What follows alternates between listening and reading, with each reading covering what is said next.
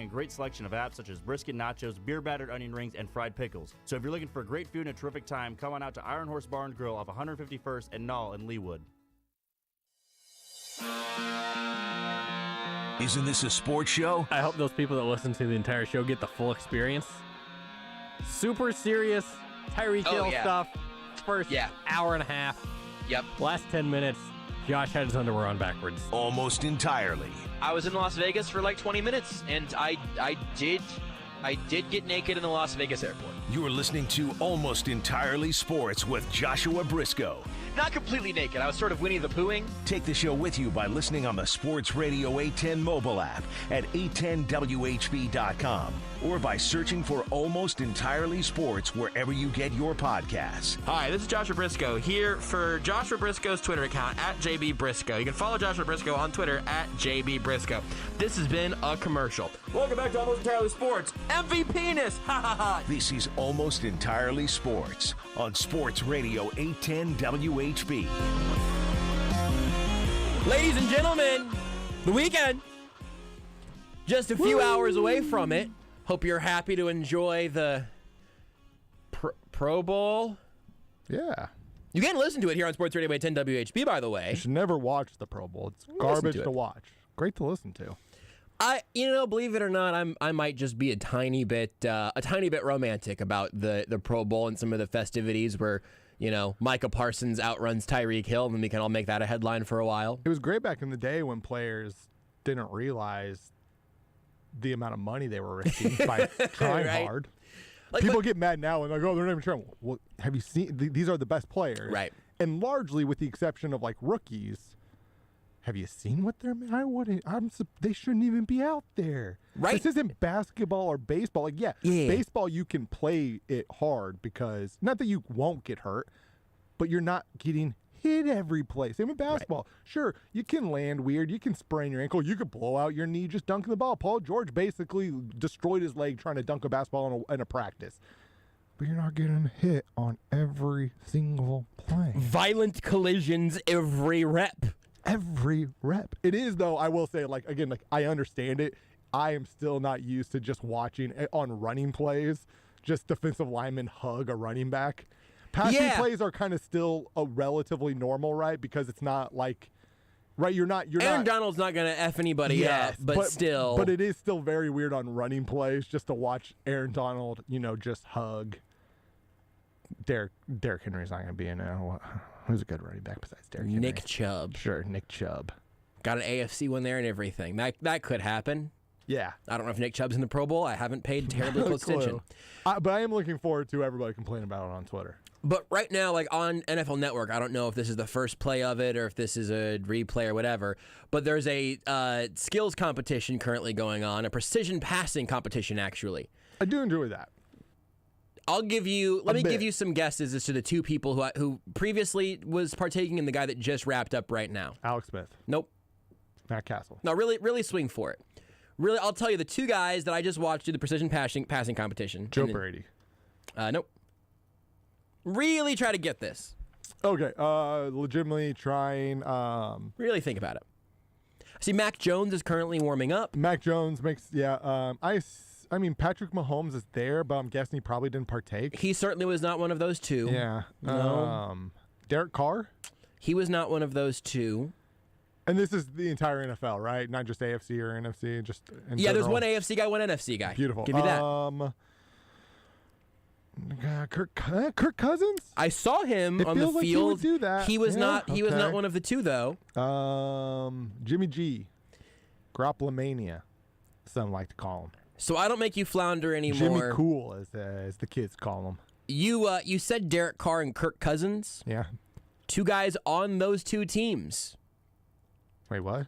Hunter Renfrow and Justin Jefferson were doing the precision passing competition. I don't know why. I don't have the volume on. We're doing a radio show.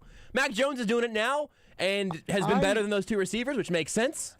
This is what I'm here for. I actually did like the quarterback sprint. Watching the skills competition back in the day. And maybe this is just being younger, right? Like maybe when I'm 14, just watching the Pro Bowl skills competition is just more fun than watching it at 31. Like I'm not super interested in watching Hunter Renfrow or Justin Jefferson throw football passes. I'm also fine with the NFL just kind of getting a little weird with it. Yeah. I think it's ultimately not it was better back then as much as it was I just enjoyed it more when I was 14. The running competition. I assume they ran a 40-yard dash back then. I remember that was fun because the fastest players did legitimately try, which Tyreek Hill clearly did. I'm not saying he should, because again, it does not matter at all. I don't know why he put himself out there to jog. He has had actual injuries, like warming up within the last month. So I don't blame him 1 second. Yeah, his heel is weird. You know what heels are connected to? Your Achilles. Yeah, but I did enjoy, I think it was Darryl Green, the Washington Commandos, new team name, cornerback who was 42. The DC Commies. And still running like a 4.2 40 and just beating everybody. Russell Wilson is doing it now, by the way, and has already dusted Mac Jones. We haven't talked about this, but I am looking forward to in Washington when it's a big third down play, and it's very common to have a towel that you throw around. I'm really looking forward to the Commanders rag or the Commies rag, or if you make that a little bit shorter, like in college, they don't always call it communication. Sometimes they call it comm. Sure, you can be a comm major. Yeah, so you have a comm major, with a rag. Sure. Kill those words in between. Yeah. It's going to be a good nickname. I'm going to take something we got suggested in the chat yesterday. I'm going to take it one step further. They said, whenever you're out there chanting in the stadium, do you chant, "Let's go Commando"? My suggestion, not that yours isn't great, Rudy, it really is. I just want to keep the ball moving. For sure. I mean, there's all sorts you don't have to stick to one. We can mix it up. Throughout a game. You don't have a terrible towel. You want to whip something around though to get everybody pumped up. Rip off those undies. Now you are going commando and waving your underwear over your head. I like it. Let's go commando. We're all commando. Can you hear me? You're commando. I'm commando. We're all commando. We're all going commando. One team, one town, one family. 0 underpants. No underpants. Most teams have a mascot of some sort. The Washington Commandos, they actually are the first of their kind. They have an anti-mascot, and it's Captain Underpants. And he runs around across the field, and whenever he does, every fan in the stadium gets one attempt to tackle him in the open field. Underpants was my favorite book growing up. I read a lot of those. I was a big Captain Underpants fan. Like that's my original. Like we talked about we need Pajama Sam in the MCU. I need Captain Underpants in the MCU. Live action casting. Let's go. Who is it? I'm trying to think. Honestly, who would make a good? I don't have a good answer yet. So I think I actually do. And it's not the perfect answer because honestly, I don't know if there's necessarily because Captain Underpants isn't necessarily the best physique. No, husky. Yeah, and hairless. Because part of what I was thinking was, I think he could, if he was willing to commit, he could get there. I just don't think he would commit. Christian Bale. Oh my God, it wasn't where I was going, but okay, he would commit. No. But this thing, he would commit because you know who I think would do a good job at it as an acting point of view. But I just don't think he would commit to getting that physique. Oh, I think I have my answer. Go ahead. I think The Rock would be a good Captain in Underpants. He's just too right. He wouldn't get fat. There's no chance. There's just no chance. But you know what? You know who would get fat for that role? Because he's gotten fat for roles. Christian bleeping Bale. Now the problem is Christian Bale is going to be Gore the God Butcher in the new Thor movie, so he's already in the MCU. Okay. Now, to be fair, in the Eternals, Cersei is played by Gemma Chan, who she's also in Captain Marvel, but in Captain Marvel, she plays a character whose skin is blue. In the Eternals, she looks like herself. Like in Captain Marvel, she looks nothing like. Here's the thing: Gore the God Butcher does not look like a human being. He does not look like Christian Bale. Let's just say that Christian Bale could have prized both roles. His name is Gora the God Butcher. Gore. I think it's just G-O. If I remember right, it's Gore, Gorr.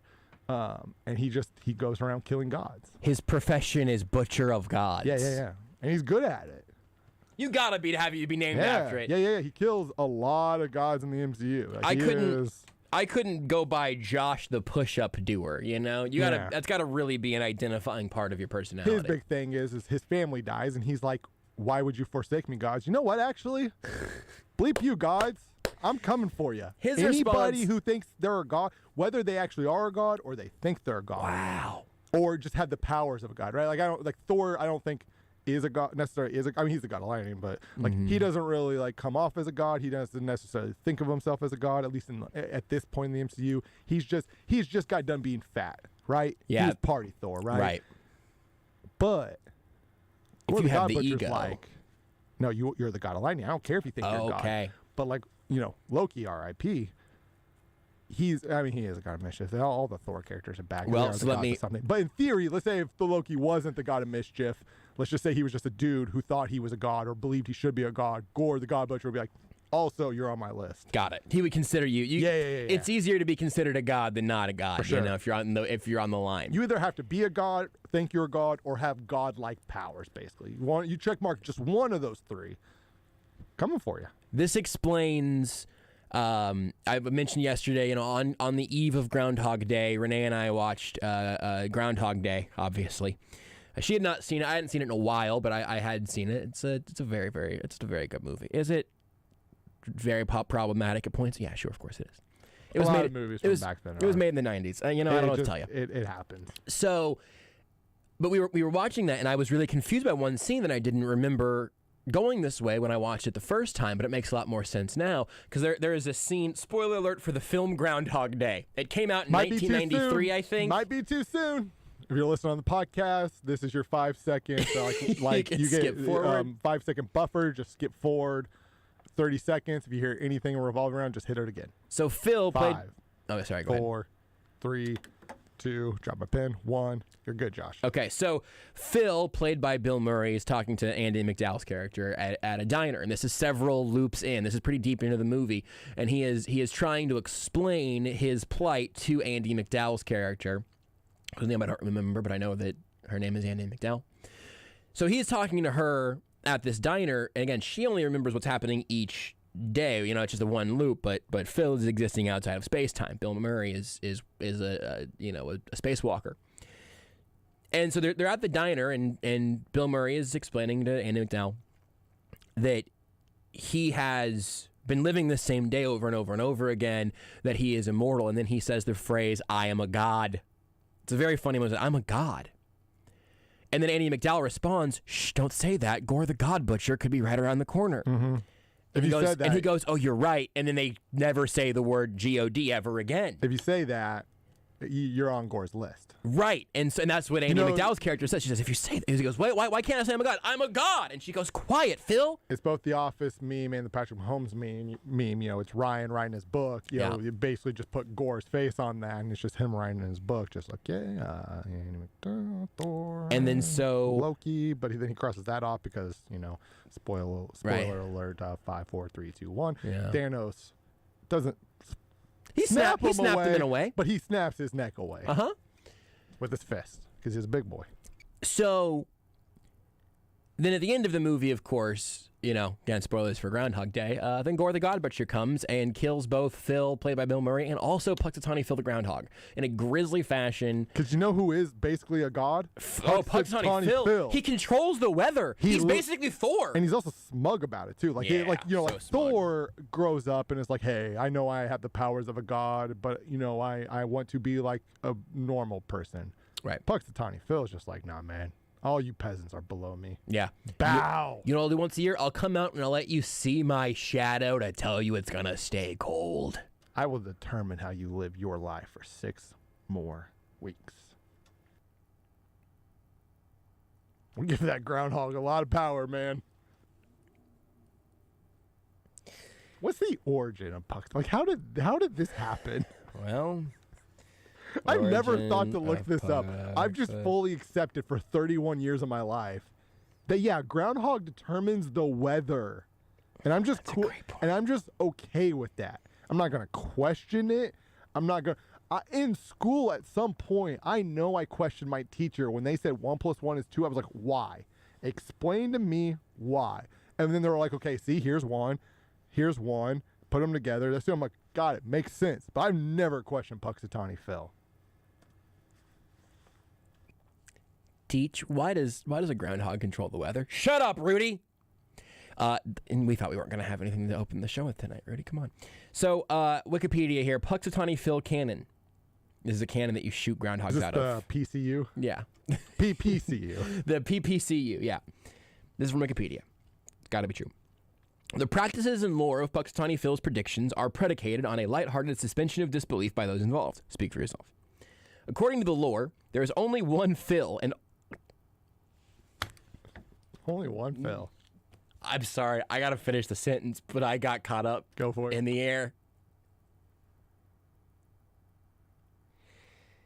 Also, I got a Facebook comment. I don't see the name of the person who left the comment, but it's very funny. It says, apparently you guys haven't watched NFL Network because they are sure Joe Burrow is the god, not a god, and fears no butchers. Of course, coming for you, Joe. That's a great comment Sorry. by somebody who gets the show. Courtney. Courtney, yeah. Good comment, Good Courtney. job, Courtney. Joe Burrow is going to end up fighting Gore the God Butcher because he's been crowned by NFL Network. Coming to a theater near you. Also, Linexa on Twitch just said, Phil Connor? The way that I read that is how you know I actually saw the movie. Okay, sorry, back to the sentence. According to the lore, there is only one Phil, and all other groundhogs are imposters. That's dark. It is claimed that this one groundhog has lived to make weather prognostications since 1886. Yeah, it's a god, because you know why? Gods live forever. Sustained by drinks of, quote, groundhog punch or, quote, elixir of life administered at the annual groundhog picnic in the fall. Who drinks, or consumes anything that gives you prolonged life?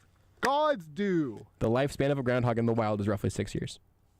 We found a real life God. If you didn't believe, if you were like, hey, gods don't exist, we got proof of it now. This changes everything. Everything. We have proof of a living God. We have an immortal groundhog.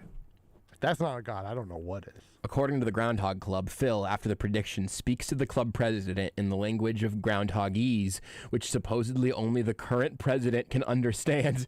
And then his prediction is translated and revealed to all. President of America or president of the Groundhog Club? The Groundhog Club. Okay, that makes more sense. But boy, it'd be funny if it was the other way around too, huh? Yeah. Just imagine Biden talking to a groundhog. It would be very every single president would be able to do that in a way that was funny for them. Yeah. So you know how in the Oval Office, you've got the red phone, that's obviously, hey, bad stuff's happening, right? I assume there's a white phone that's just the normal your secretary just sure. Hey, somebody wants to come in. And then you have I assume what is the brown phone. It's a brown phone, right? The brown phone. And that's Punxsutawney Phil. Get me Punxsutawney Phil. And he's just man, that Chiefs Bengals game was crazy, right? And he's like, yeah. And Joe Burrow, he's a god, all right, isn't he? No, don't say that. The Groundhog Day celebration is rooted in Celtic and Germanic tradition that says if a hibernating animal casts a shadow on February 2nd, the pagan holiday of Imbolc, known among Christians as Candlemas, winter and cold weather will last another 6 weeks. If no shadow is seen, legend says spring will come early. In Germany, the tradition evolved into a myth that if the sun came out on Candlemas, a hedgehog would cast its shadow, predicting snow all the way into May. Pretty sure this is an episode of The Office. When German immigrants settled in Pennsylvania, they transferred the tradition onto local fauna, replacing hedgehogs with groundhogs. Several other towns in the region hold similar Groundhog Day events. You right there was the way you talked was the what is the German Christmas holiday? It's the one that Dwight celebrates, right? And, with yes. oh my goodness, I should know. I'm ashamed of myself right now. It starts with an S. The German, not a. It's like Schwintenschlag, but it's not actually. It's something very guttural, right? The German, not like the German Santa Claus, basically the old dirty Santa. Yeah. German Santa Claus. His name starts with an S. Oh, okay. But it's not Santa, obviously. It's I'm gonna find you the answer. It's also not Schmiegel. Belschnickel? Belschnickel. So it doesn't start with an S, but Schnickel, Belschnickel. Belschnickel. Belschnickel. That's what that description made me think of. Hey, The Office, if you ever return, we got a episode for you. It's just Dwight talking about, Groundhog Day essentially, but the German version. Bro, I don't think I want to know. Oh yeah. Depending on what you're reading, there is some. I'm still on. Some. Are you on the Belschnickel thing? No. Oh, okay. I was gonna say because your reaction, we were just talking about Belschnickel. It's like, yeah, there's some very bad things about Belschnickel. I haven't even gotten to Belschnickel. That they even kind of like get into in The Office, right? Remember, Belschnickel's sidekick is a boy who wears blackface. Oh right? no! Yeah, and like in the episode, no. In the episodes, like Dwight's like very much like, oh, like, and Daryl's like you obviously aren't going to do that, right? And Dwight's like, of course not. We don't follow all traditions. And then he sends a text to Nate, who is walking in, and then immediately turns around and walks away. Oh my god! Because he was going to do that. Yeah. And then you see him later in the episode, clearly with just like a little bit like around because he clearly couldn't get all of it off his face. Oh my god! Yeah.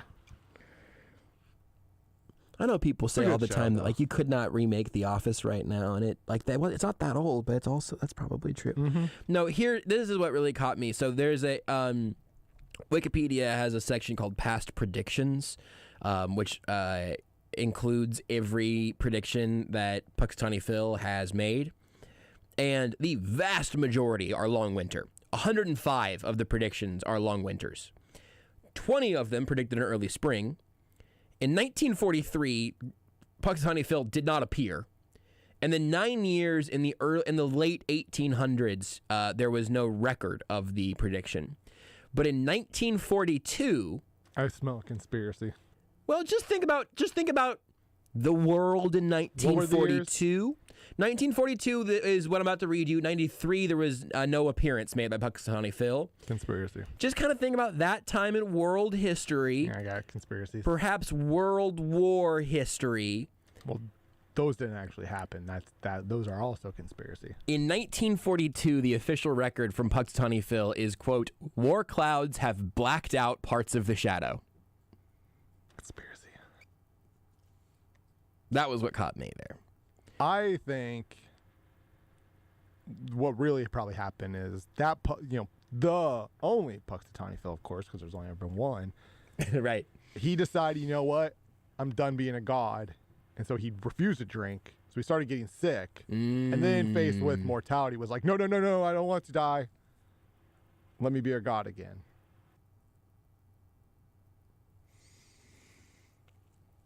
The impartial estimates place the groundhog's accuracy between 35 and 41%. The Inner Circle, by the way, claims a 100% accuracy rate at an approximately 80% accuracy rate in recorded predictions, claiming in turn that whenever the prediction is wrong, the person in charge of translating the message must have made a mistake in their interpretation. I mean, obviously. I'm glad we did this. I've honestly never been wrong about anything. You guys just misinterpreted what I say wrong. Pretty sure you said that sentence poorly. Yep. Or I heard it wrong. Nope, I did. I definitely did. I added an extra interpretive tip kind of thing on there. Yeah. Instead of interpret, it was interpreted. Date. Doot. Can we just dump it or what? Nah, we're fine. It was a word. By the way, Jack Black. Live action Captain Underpants. Perfect. I had that thought 24 minutes ago. Yeah. And I'm just glad that I remembered to say it. Yeah. That's the answer. He's got to go full soft as a baby's bottom. He's got to really commit to that role. It's the answer though. But I feel like he'd nail it. Oh yeah. He would. He'd put it out there. If they made a live action Captain Underpants, like Jack Black it's perfect. There's not a better person for it. I don't know why we didn't think of that. I mean, you obviously did think of it 24 minutes ago. You just didn't say it. I don't know why it never crossed my mind. Second pick here. And this is his most beloved character has already come up here this segment vaguely. But Brian Baumgartner is an actor. He's got range. He's not just Kevin in The Office. We had him on the show briefly earlier this year. That was lovely. That might be below him, I don't know. Mm-hmm. But I'm just trying to think of... He could do it. Jack Black has fits. Obviously has like the look, but also just has the Captain Underpants I think vibe. He would lean into it. Because in the books... But he takes himself very seriously in the books. But it's like it's like a crazy serious though, right? Yeah. Like it's not like there is clearly where you're like, oh, there's clearly something wrong with this person, and part of that is because he takes himself so serious. But it is like a crazy seriousness that Jack Black absolutely could pull off. Not that Kevin Baumgartner couldn't pull it off. It just Brian Baumgartner, Kevin Baumgartner, Kevin Malone, Brian Baumgartner. But it's just I feel like Jack Black on a day-to-day basis lives his life like Captain Underpants. Last proposal.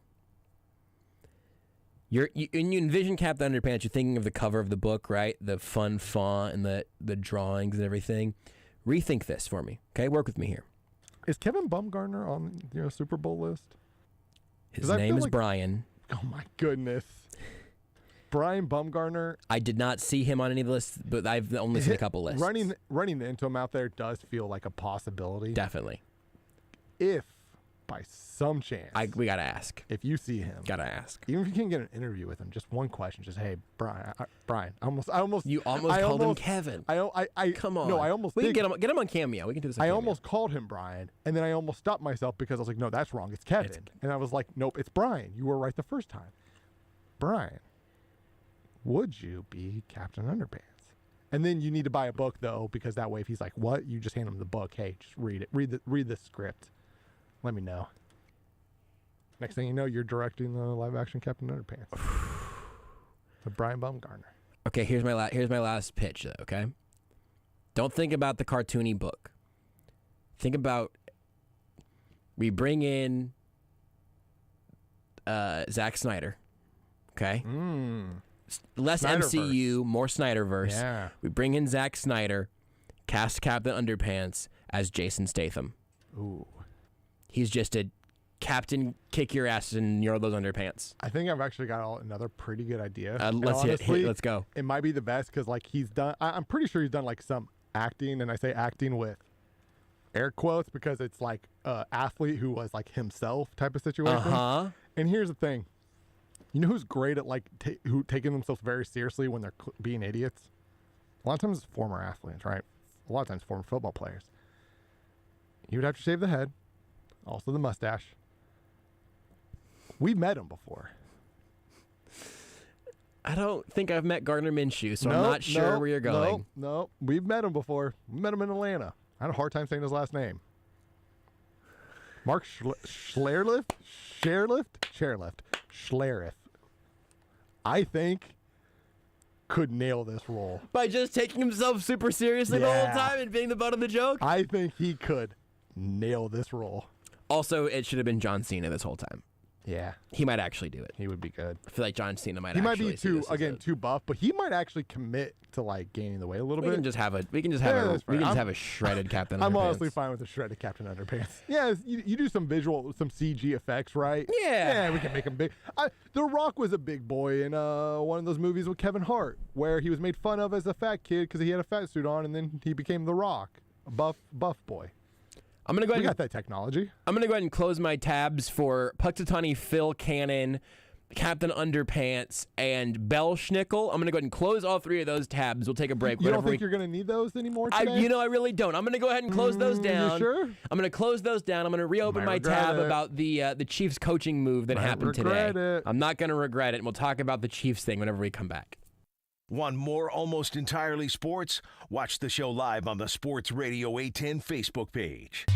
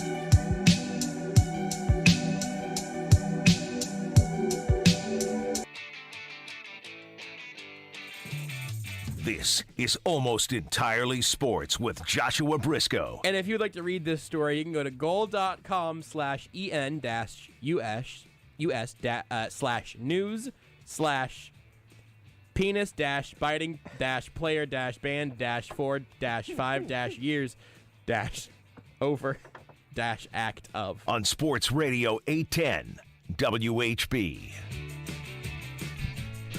We talked quite a bit about Chiefs assistant coaches yesterday, which is sort of a weird place to be, but obviously an earned one. Eric Bieniemy is supposed to interview with the Saints tomorrow, it sounds like. It's that time in the NFL season where obviously head coaches are changing, but which obviously ultimately leads to assistant coaches changing, right? Yep. Like Mike Kafka goes from quarterback coach to offense coordinator, which good for Mike Kafka. Of course. You obviously have to. We didn't plan on talking about Mike Kafka. You obviously have to. I didn't mention this yesterday.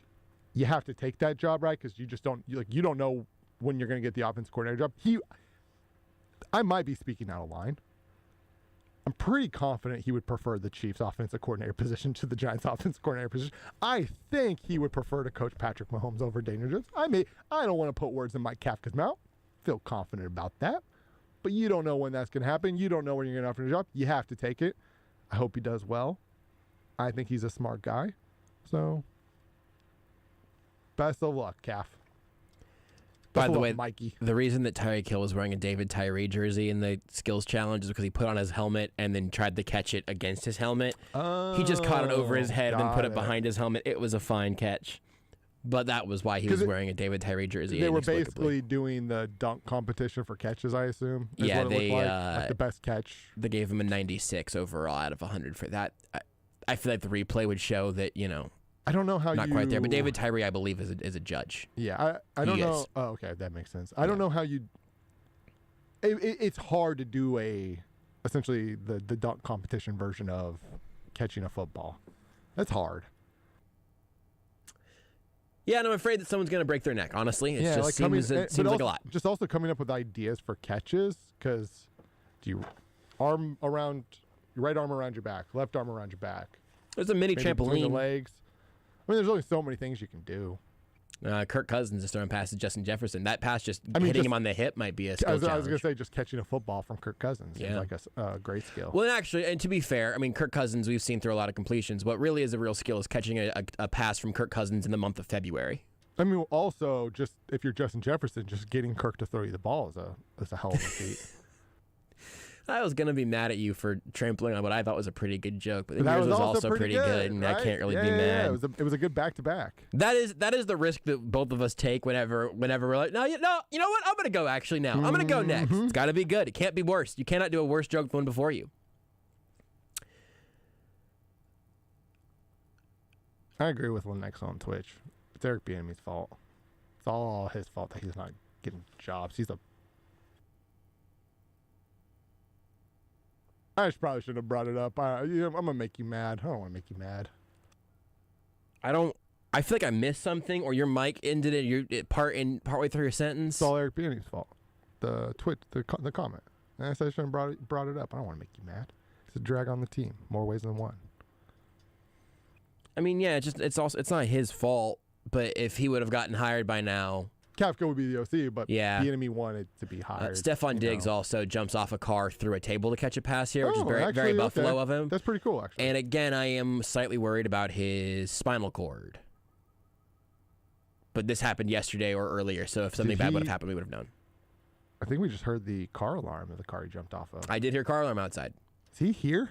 He's in the parking lot. Is the Skills competition in Overland Park, Kansas? It's in the 810 parking lot. Anywho. The shuffling around today, the first thing that came out was actually a report that former Jags defensive coordinator Joe Cullen was going to be named the Chiefs defensive line coach later in the day. That has since been confirmed. He was the former Jags defensive coordinator, last coach, the defensive coordinator last year, and then before that was a Ravens defensive line coach from 2016 through 2020. Been across the NFL, a lot on the defensive line over the last 15 years, but again, was the Jags DC last year. Lots of things I've seen here have been good. Brett Coleman on Twitter, who's a really good follow and does really good work, says, believe it or not, Joe Colin's Jags defense was the only one that truly shut down the Bills this year. He's a really good coach. This would be a great hire for KC. Again, that has since been confirmed by the Chiefs, so that'll be good.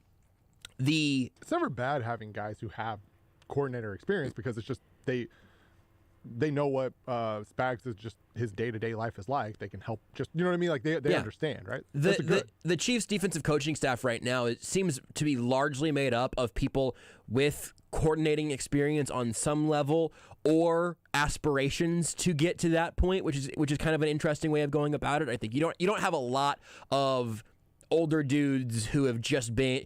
Again, we've now accidentally slandered a couple of people doing this coordinator talk the last couple of days. But like Tom Melvin is a tight ends coach. Yeah. He's been a tight ends coach for Travis Kelce for a very long time and has been great in that role. I'm guessing he does a very good job. Yeah.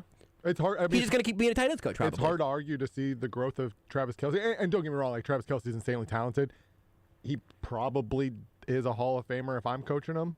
Or at the very least, very good. Yeah. But the coaching's part of that, right? Like it's the coach. Like Travis Kelce has Hall of Fame talent, and a great coach helps you reach that Hall of Fame talent, right? It helps, or helps maximize you, right? But not every positional coach either has been or is trying to be a coordinator in the future. The Chiefs' defensive side especially has a ton of those guys. Some people, I think that's always very important. Some people are good with being a position coach or a coordinator, or because as you move up, you have more responsibility, right? Like you have more time away from your family. Some people are like, hey, I want to coach this position because it allows me to go home at 5 o'clock every day, right? Or 6 o'clock, right? Like I have a little bit less I have to do. I can spend time with my family, and also making really good money still, right? Like there's no low paying, like if you're the head of a position, you're making good money.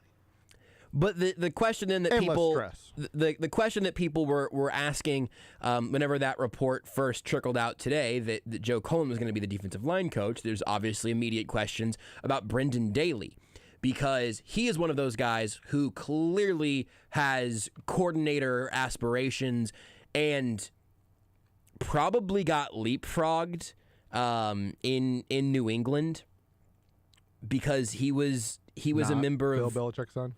Yeah, I mean, he was I'm trying to find the specifics of what he's defensive line coach for the Patriots, and then ultimately it's always interesting to keep an eye on guys who move for lateral jobs. He was defensive line coach in New England, came to be the defensive line coach under Spags and Andy Reid, obviously here in Kansas City. I think that him not being the guy, there were guys that rose up to DC, but then you have Steve Belichick kind of becoming the next guy there. I've wondered if that comes into play at all. Relation between Bill and Steve? Yeah, familial, I believe. I'll have to look up the details. I think they're related. I'm pretty sure they're related, yeah. But you see Daly make that horizontal move, and whenever I saw the defensive line thing today with Joe Coleman, my assumption, my best guess is what is actually happening here, which I'll tell you in just a second. The fear from some people was, is Brendan Daly going somewhere? He seems like a really good coach, and again, a guy that is very much going to want to be a defensive coordinator somewhere soon. What is happening here is not that he's leaving for a defensive coordinator job. He will be the linebackers coach this year, despite the fact that his entire time in the NFL, I was looking this up earlier, his entire time in the NFL has been spent on the defensive line, which I should have remembered that when I was just looking to see what he was in New England, because I looked that up this morning. I'm not saying that everything I do is logical. I just remember things occasionally, and only occasionally. But looking at that made me go, I wonder if he's going to go do something else again, or is this going to be a chance for him to diversify his portfolio a little bit? And that's what's going to happen. Also, you can usually tell by the guys that get a little extra title, you can get a feel for, did they have some leverage? Is there something else they're trying to accomplish here? Brendan Daly, I have to imagine this is a pretty rare combination. Brendan Daly came to Kansas City after leaving New England and was the run game coordinator / defensive line coach. I do not imagine that is a terribly typical combination. But if you're Brendan Daly and you're looking around and saying, hey, I want to get some more experience, I want to be a defense coordinator someday. Hey, Spags, hey, Andy Reid, what can I do on the offensive side of the ball? Maybe that helps him be a head coach someday, right? Oh. That was a little extra sprinkle on Brendan Daly's title. I'm imagining that was probably a pretty big undertaking from a job perspective. I also don't know if he is going to retain that part of his title or not. That is not something that has been made clear yet.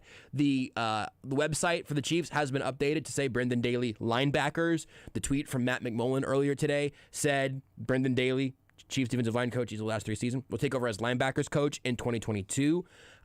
Also, there have been inside and outside linebackers coaches, and that I haven't heard anything on what exactly is going to happen there.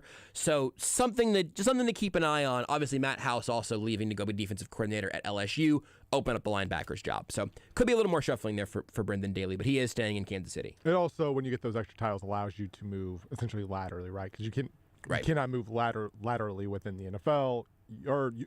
You can, but there has to be an agreement between teams. You can just leave for another job that is essentially the same job, or if you get that extra title, right? Not saying he wasn't doing anything with the run game. Obviously, I believe he was. That's just sometimes it's like, hey, let's give this guy this extra job so that he can come here, because otherwise we need Bill Belichick's permission, essentially, or the Patriots' permission for him to come here. I also think it's a little bit interesting that we're getting the Joe Cullen hiring, Brendan Daly moving thing today, and we didn't hear anything on the offensive side. It's not shocking because Kafka just left. Matt House, we knew he was leaving 6 weeks ago, something like that. It wasn't a terribly long time after Brian Kelly and his family got to LSU. I was going to say, do we think after seeing some of the videos, Matt House would like to come back? That's a great question. Maybe he can be the quarterback coach? But it seems like they've got a guy with plenty of credentials on the defensive line that will be good for that entire unit. So there's nothing to worry about on that front. I'm glad that Brendan Daly's staying in-house. He just seems like again, he seems like a future defensive coordinator that wants to be a future head coach, I would imagine. If Spags left and they were like, "Hey, we're promoting from within," if they just decided, he would be my guess. I would think so. Him and I'm not great at knowing the position coaches, but our because we have 2 defensive backs. So Sam Madison and Dave Merritt both they'll both come out for assistant coach day pretty regularly, and I think Sam Madison has the slightly higher slot on the totem pole between those two guys. I think they both seem. Every time I've heard them talk, both seem incredibly smart. Yes, but it's like Sam Madison and Daly to me are like the 2 on the defensive. And it's been a while since I was at Arrowhead. I remember last time I was at Arrowhead where it was like Dylan McCullough, Daly, Madison, and House would have also been one of those guys, but now again in LSU. And the other thing that I think, and this is why the logic of having him go coach linebackers makes sense. We're going to get a lot of juice out of this segment, aren't we? Just talking about coaching carousels within a team. I think it's kind of interesting. Maybe you do too. I wasn't really. I was talking to the Royal You. I don't know. I know you and I think it's at least a little interesting. I hope someone thinks it's interesting. I was expanding off that, especially I think with the Chiefs. I don't think it's always interesting for every team. I mean, obviously, it's more interesting for Chiefs because people who are listeners are in theory Chiefs fans, but also it's because Andy Reid has like a history of producing head coaches, right? Yeah, absolutely. So it's like a lot. It's not on both sides of the ball. Not every head coach has a track record of producing other head coaches. True. When we look at the Chiefs coaches, a lot of that is because there's a good chance there are 2, 3, 4 future head coaches on the Chiefs coaching staff right now. Yeah. And if you expand that to just quality assistants, right, and more of even the more analytical roles, right, there are 6, 7, 8 guys who might be in charge of a front office or a head coaching staff or a coaching staff like on this team right now, right? Yeah.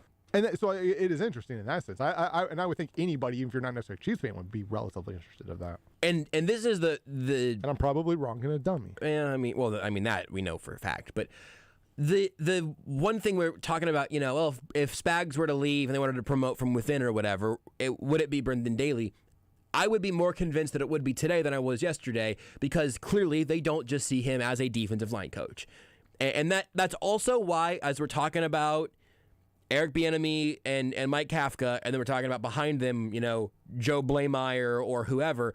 Who I keep calling Blandmeyer. It's really close. I know it's Blameyer. I didn't know it was Blameyer, but I called him Blandmeyer for a while. But the reason that I keep going back to Greg Lewis as well, who again I think also seems to have those aspirations, is that he could have been just, a wide receivers coach. When Dylan McCullough left, he goes over to running backs. Running backs coaches have gotten that promotion in Kansas City. Eric Bieniemy obviously being the obvious one that I know off the top of my head. I don't know if it happened before Bieniemy, but it happened with the current offensive coordinator's last main position job was running backs coach. And if you can coach multiple groups and everything, obviously quarterback is going to end up being king, because typically that's a spot where you have to know everything that's going on in the offense, but that's also largely true for Andy Heck. And also, Andy Heck knows what is happening in the entire offense, even though he's quote-unquote only on the offensive line, right? Right or wrong, if you coach the quarterback and the quarterback's successful, everybody's just it's because of you, right? And sometimes the guy it really has nothing to do with him, and that guy's probably not smart. It's not always the case, right? Sometimes they're very smart. If you work for Andy Reid, I assume you're smart, but I don't think Adam Gase is why Peyton Manning won a Super Bowl, right? As an example. Tom Melvin spent 14 seasons with the Eagles, 11 as the tight ends coach there, and then he spent 9 seasons here as a tight ends coach. Man knows tight ends. Tom Melvin knows a tight end. He's cousins with Bob Melvin, the baseball manager. That makes sense. What? Melvin's coach. Also, here's my last Tom Melvin snippet for tonight's show. I like Tom Melvin. Tom Melvin just looks like the grandpa you like hanging out with. From 1982 to 83, Melvin played on the offensive line at San Francisco State University. During the 1983 season, his position coach at SFSU was current Chiefs head coach Andy Reid. Makes sense. There you go. But Melvin coached tight ends in Philly, coaches tight ends here. Melvin looks like he just seems like he's a good dude, right? You just look at his. I don't know him at all, but you just look at his face. It just looks like the face of a man who just seems like a happy-go-lucky guy. I was gonna say it looks like the face of a man who's seen a lot of tight ends. Did you know you can listen to Almost Entirely Sports anywhere, anytime? Well, you can. Just search for Almost Entirely Sports wherever.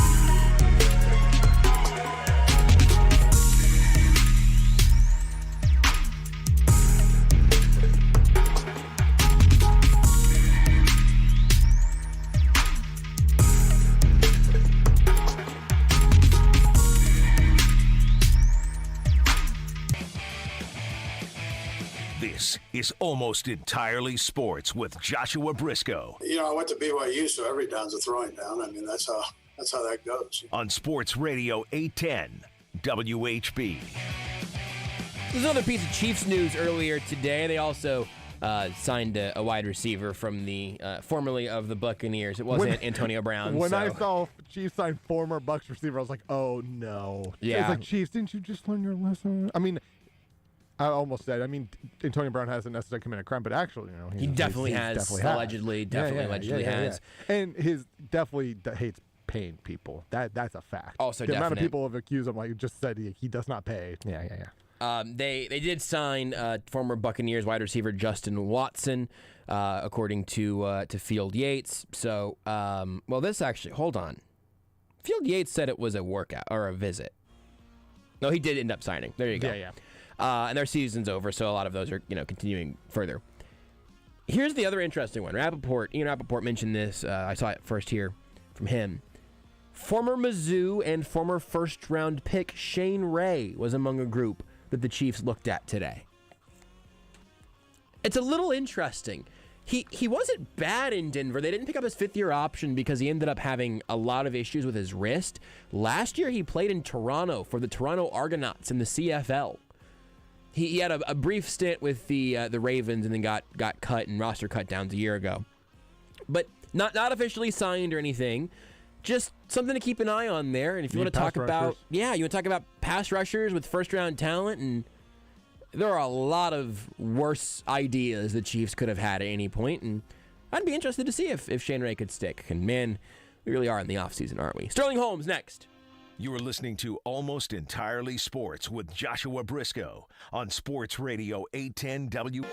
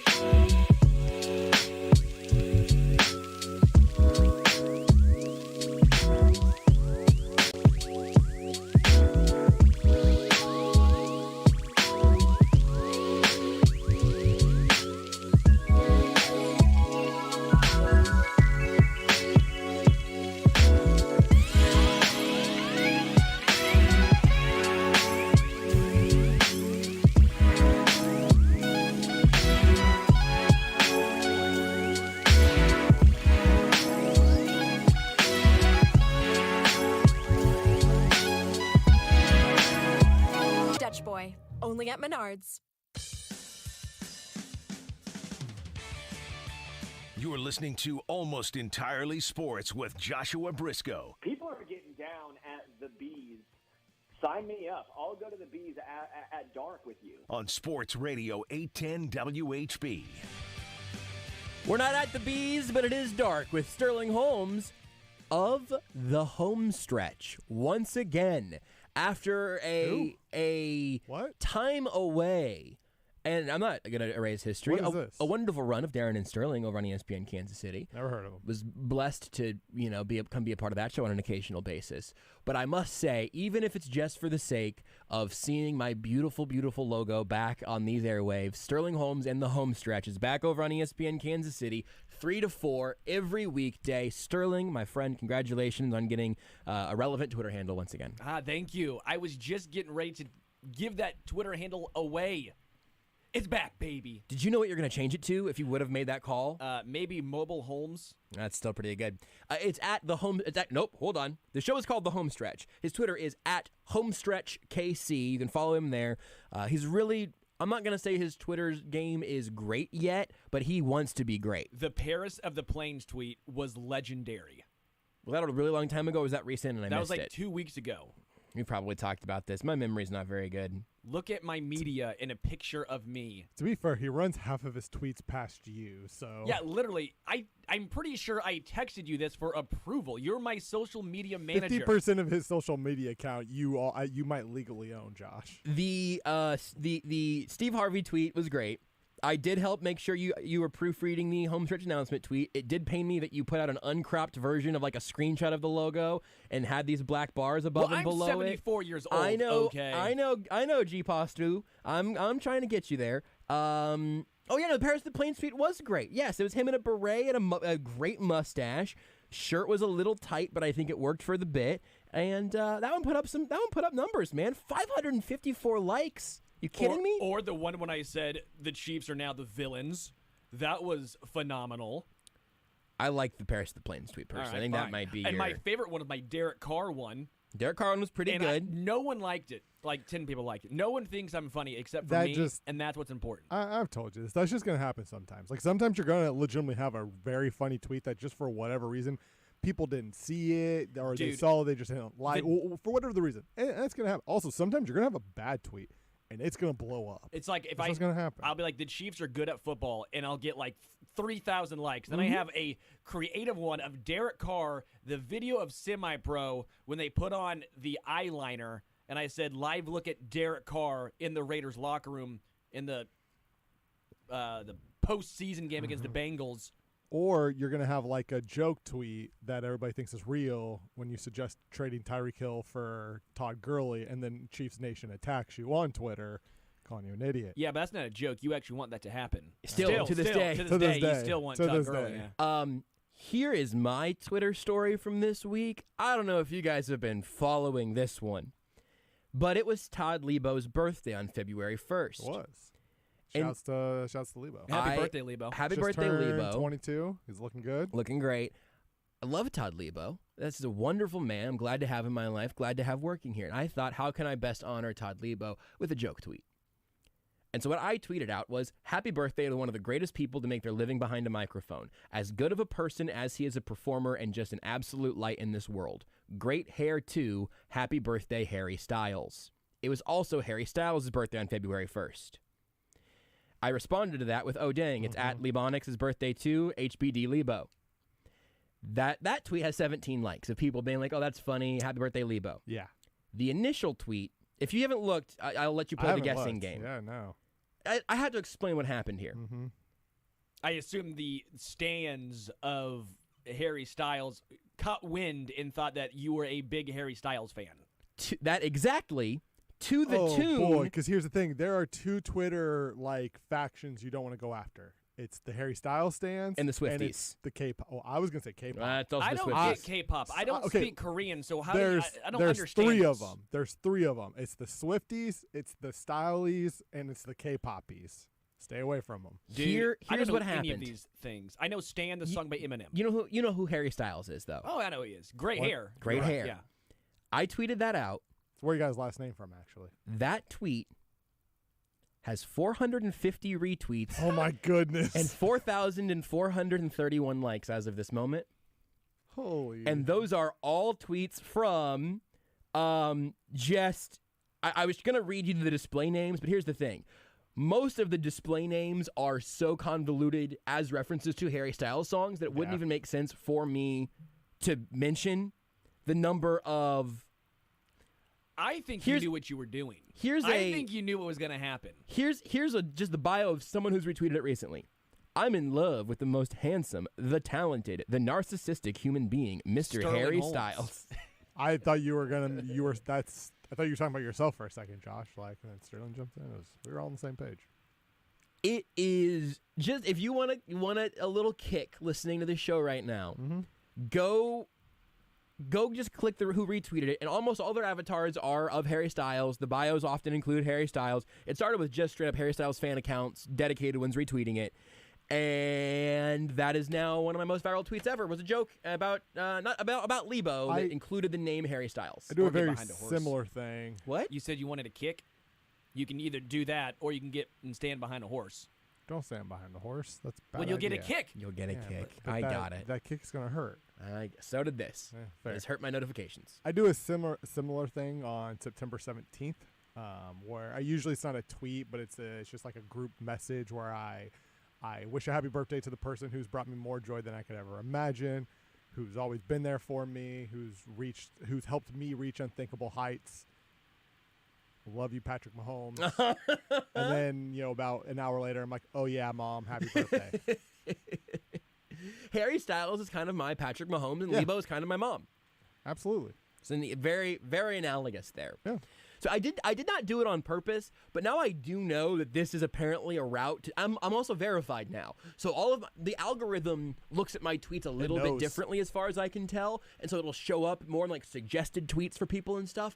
I don't think many of them followed me, which is unfortunate. People who search Harry Styles in the top, yours because you're verified, you're going to pop up. Or what if mine ended up in a Twitter moment or something? I'm surprised also you didn't get more followers because you seem right down their alley. It would have taken them a long time before they figured out you talk sports. Would have taken them a long time.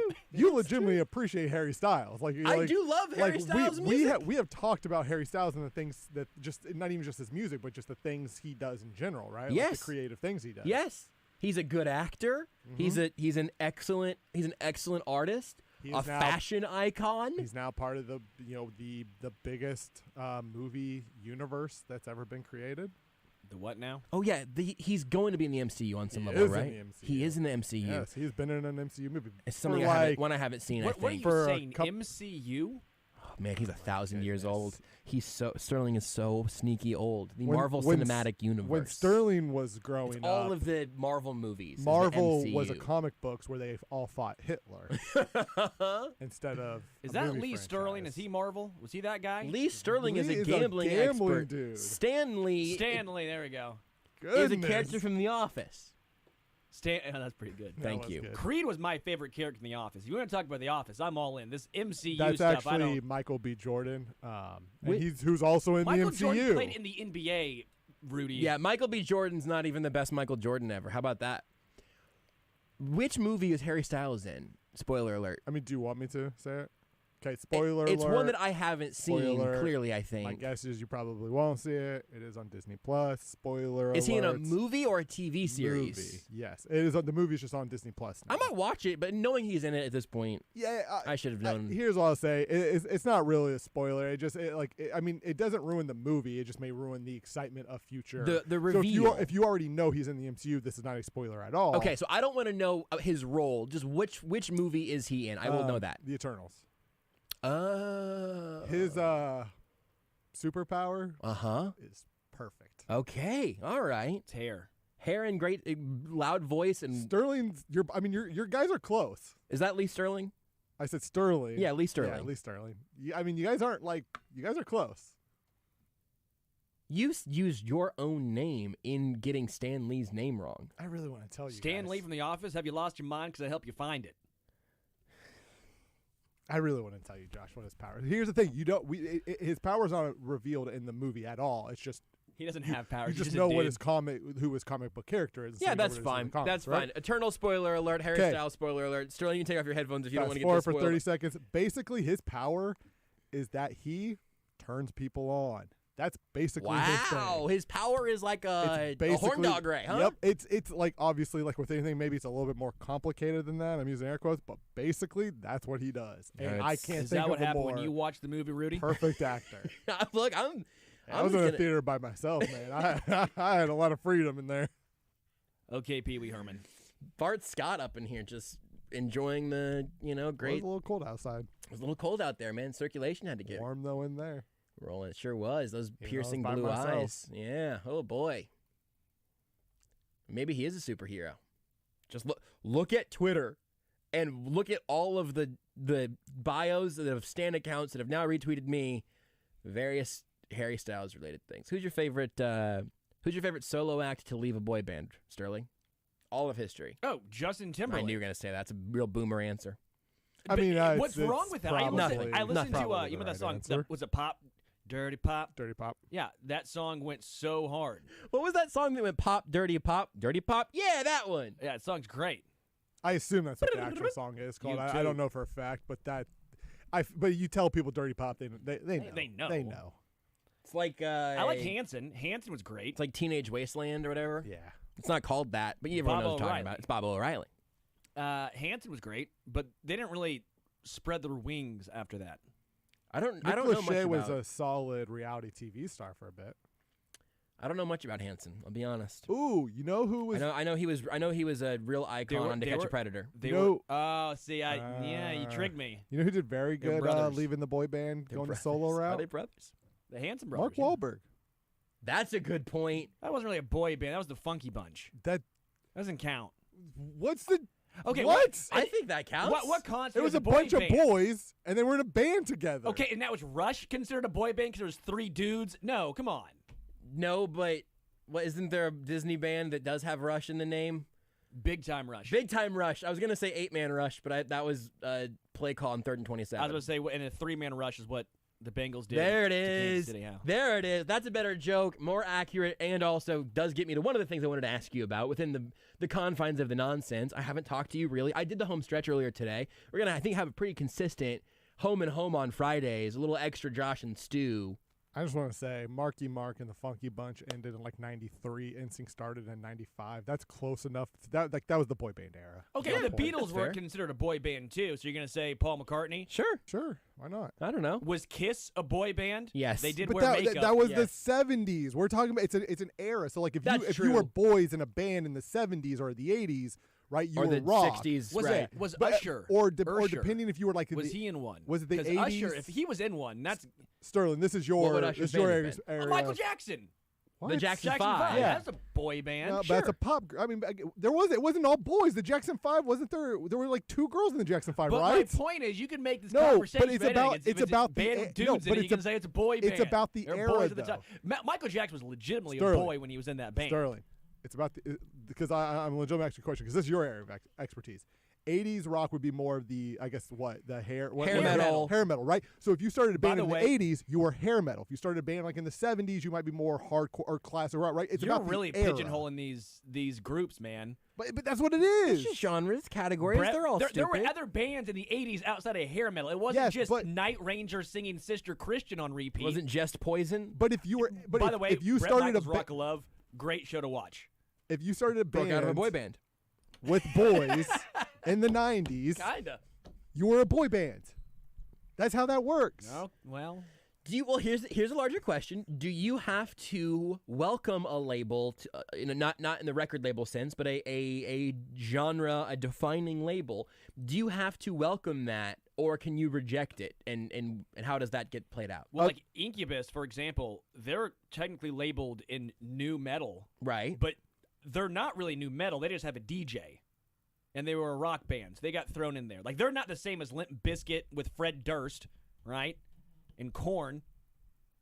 I'm asking the question. Also, I don't know this. Marky Mark and Funky Bunch, I assume none of them actually played instruments. They just stood there, danced, and sung. So you just got here. That's the boy band, Sterling. You just got to this, Rudy. Here's a distinct feature.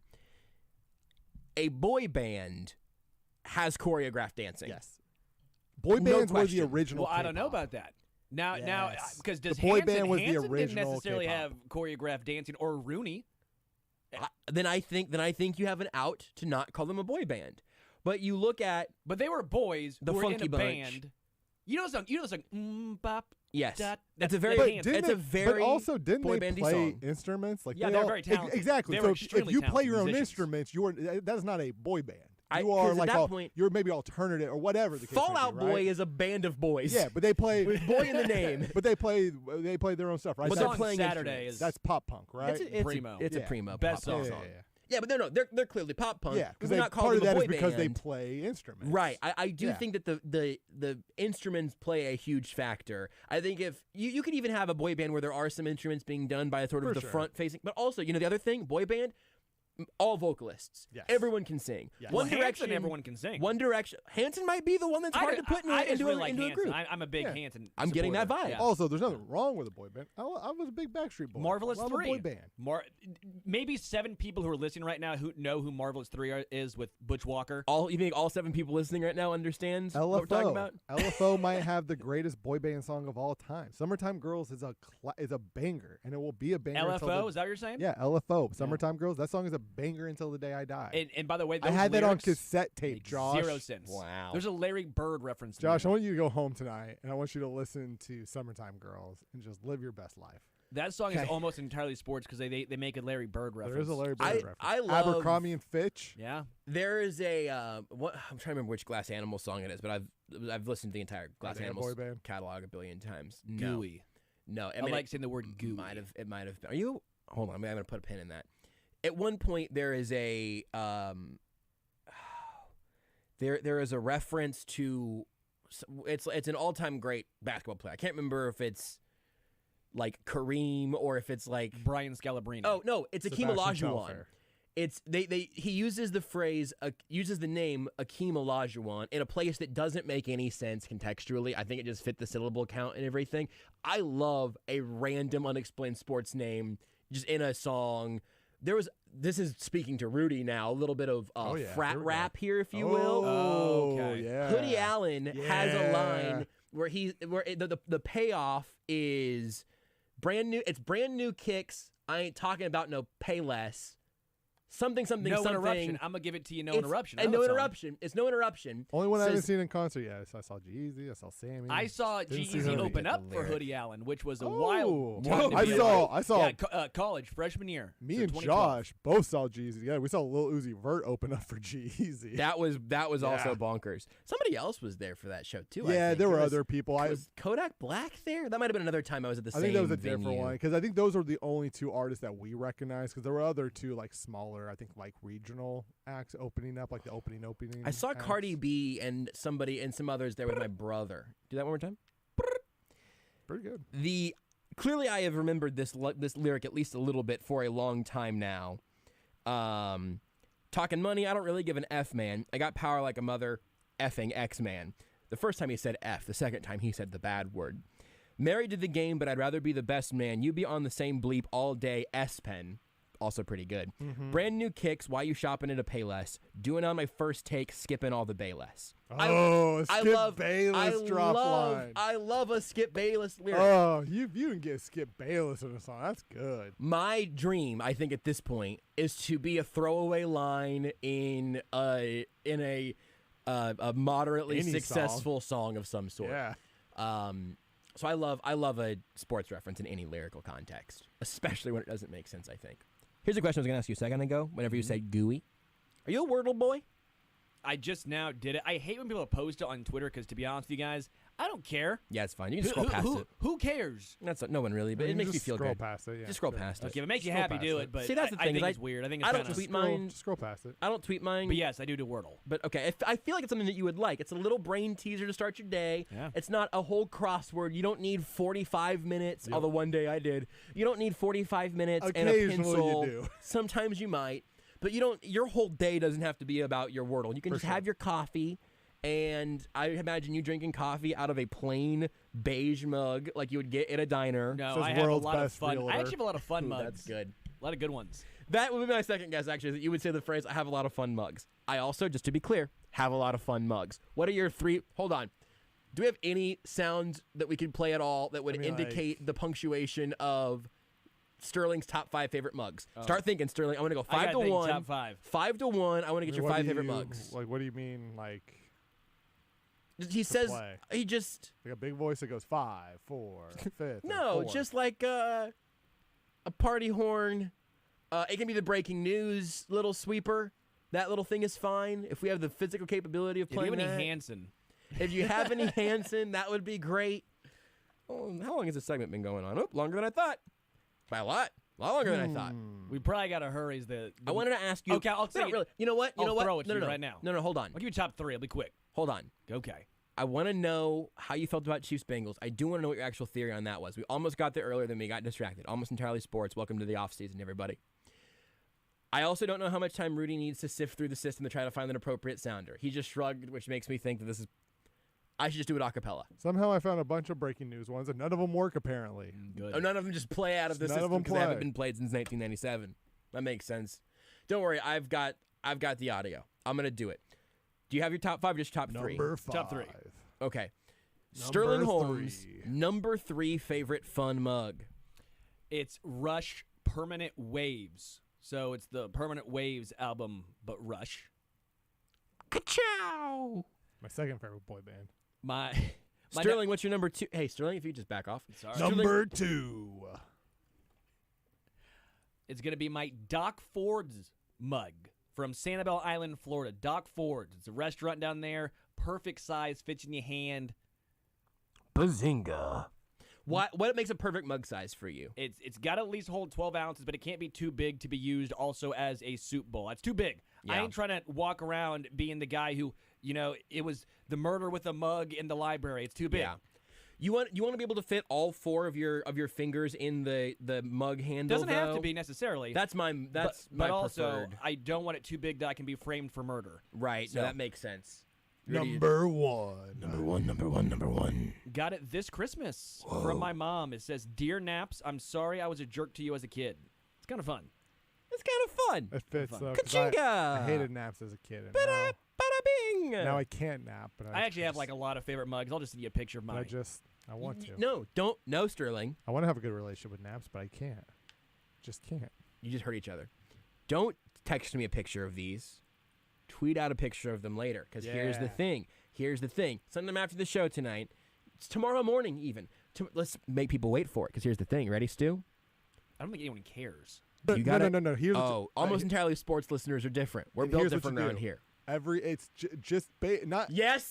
morning. Yes. So you're not tweeting out all of them at once. Yes. It's one at a time. Yes. Every time you pull a new one out, it's like, hey, mug number 1, mug number 2, if mug number anyone whatever. tweets at me and says, "At Homestretch KC, I want to see your mug collection," then I will do this. I will send 1 mug a day. I'll tweet it right now. I was also thinking I would do it right now. Not you guys. Can't count. Gotta be it. Someone has to tweet you at Homestretch KC and say, "I want to see your mug collection." I got it in my burner account. And then every day, What you just do, you make a cup of coffee. Before you drink it, you just hold it out in front of you, you take a picture, and you tweet it out.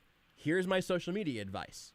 Put it in a thread where you're replying to the previous day's photo. Yep, that way people can, if they miss the first 4 days. You think I actually know how that works? They can I will backtrack. We'll teach you in the break. It's not that difficult. We can make this work. I love this bit. I think it's going to be a great recurring bit for you. I need you to take advantage of it.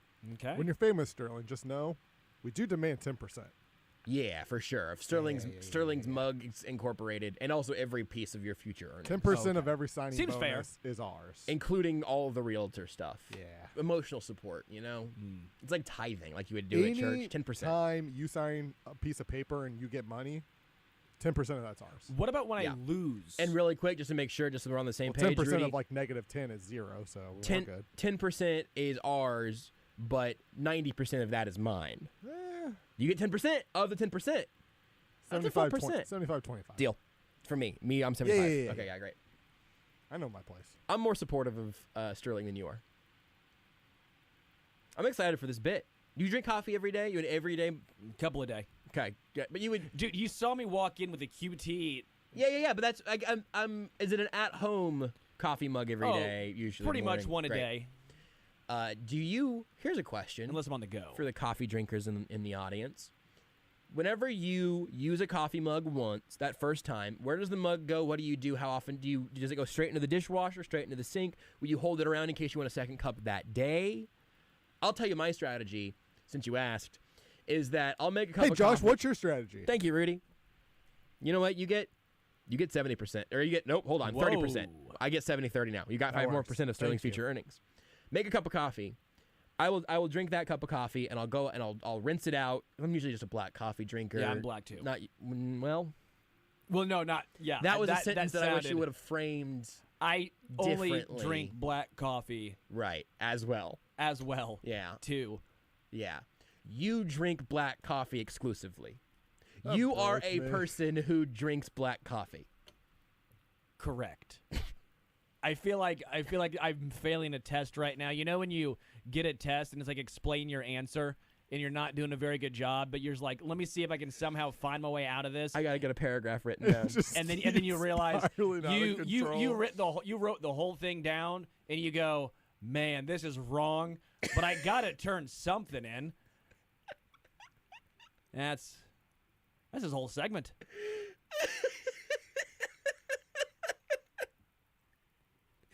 There were 100 ways you could have said, I don't have creamer in my coffee. And the way Nor that you, sugar. Yeah, sure. And the way that you said it was... And with the confidence. frankly. Yeah. The gall, someone said. The stones. Oh, my goodness. So we're going to talk that whole sports thing? I wanted to ask you how you... I want to ask you for Chiefs Bengals. I want to ask you Chiefs Bengals. My question is simple. It is, what happened? So I think I can talk about it now that I've had my 5 beers. You know, it's like the 5 steps of grief. All the just during 5 this segment. Beers. I wish I had It was 5 the beers happy this beer. Yeah. The I'm getting nervous beer. Yeah. The sad beer.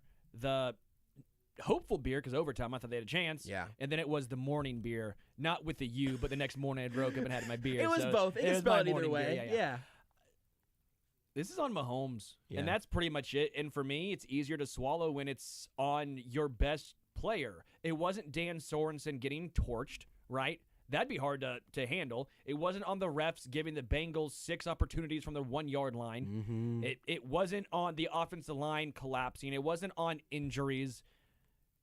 The biggest culprit was Mahomes. You could say Chris Jones missed 2 sacks that were pretty big plays. Sure, You can say Andy Reid and the offense as a whole got away from the run. But to me, it was the last play of the first half when Mahomes begged, it sounds like, for that play, one more opportunity, went against what Andy Reid said, maybe didn't realize that there was already a timeout burnt from a poor decision earlier on in that half. And then it seemed like he got the Chuck Knobloch, the John Lester, he got the yips. Yeah. Mahomes got in his head, and that was the game. And I can live with that more so than I can a lot of different other scenarios. I agree pretty much all of that. The part, though, that I hadn't heard from anybody else yet this week is that fact makes it easier to deal with. I totally understand where you're coming from on it. I think the conventional wisdom is that makes it worse because it wasn't supposed to happen. Like that, the conversation of where does this loss fit in Chiefs history in terms of grand disappointments. They were in the AFC Championship game. That's pretty good. But I think this loss is a miserable one in the grand history of the Chiefs because they had expectations. They were 7-point favorites and would have been favored against the Rams in the Super Bowl. That was right there for the taking. The losses to the Titans and Steelers of years past, I remember that touchdown-less Steelers victory like it was yesterday. 6 field goals. Brutal game. And I remember it vividly, but I don't think it is as brutal a game in the grand scheme of things, because if the Chiefs didn't lose then, they were going to lose next week, In this case, they should be in the Super Bowl. We should be doing 2 weeks of Chiefs-Rams previewing. I agree. Should be the second time the Chiefs have played the Rams in the Super Bowl. Yeah, true. The first time, yeah, Z Ford was offsides. Yeah. But I would also say, at least for me, it shows that no one's perfect. This was the easiest stretch, and for me, no one's more upset than Mahomes, right? We're all pissed off talking about it. All fans are upset because this seems like the perfect opportunity to cement your legacy, get your second Super Bowl, which is, I think, the big separator between 1 and 2 is massive, unless you're Eli Manning. But he's done it so many times. 9 times out of 10, he gets it done. There's going to be a time where he collapses and doesn't get it done. You ride with it. You got to understand it. He's human. I know people like to say he's God in cleats or he's this, that, and the other. He puts his pants on. I get their expensive-ass pants, but they're pants like everyone else. I don't actually know if he does put the pants on the same way. And so I put them on in a weird way. Yeah, personally, I will jump rope with my own pants and then try to jump into them both legs at a time. But you're still putting them on. But I am putting them on. Yeah, you're still putting them on. We do both bleed red blood. The worst part for me was the relative health of Kansas City. That's what probably makes it the hardest to swallow is they were so healthy. They didn't have a major injury. Your main core is here. Not saying they won't potentially be back next year, but the offensive line, no longer an excuse. You didn't have Tyreek Hill, Travis Kelce. Mahomes was banged up most of the year. Yeah. They won the Super Bowl. Yeah. It just seemed like an easy route, but we all know any given Sunday, nothing's easy in the NFL.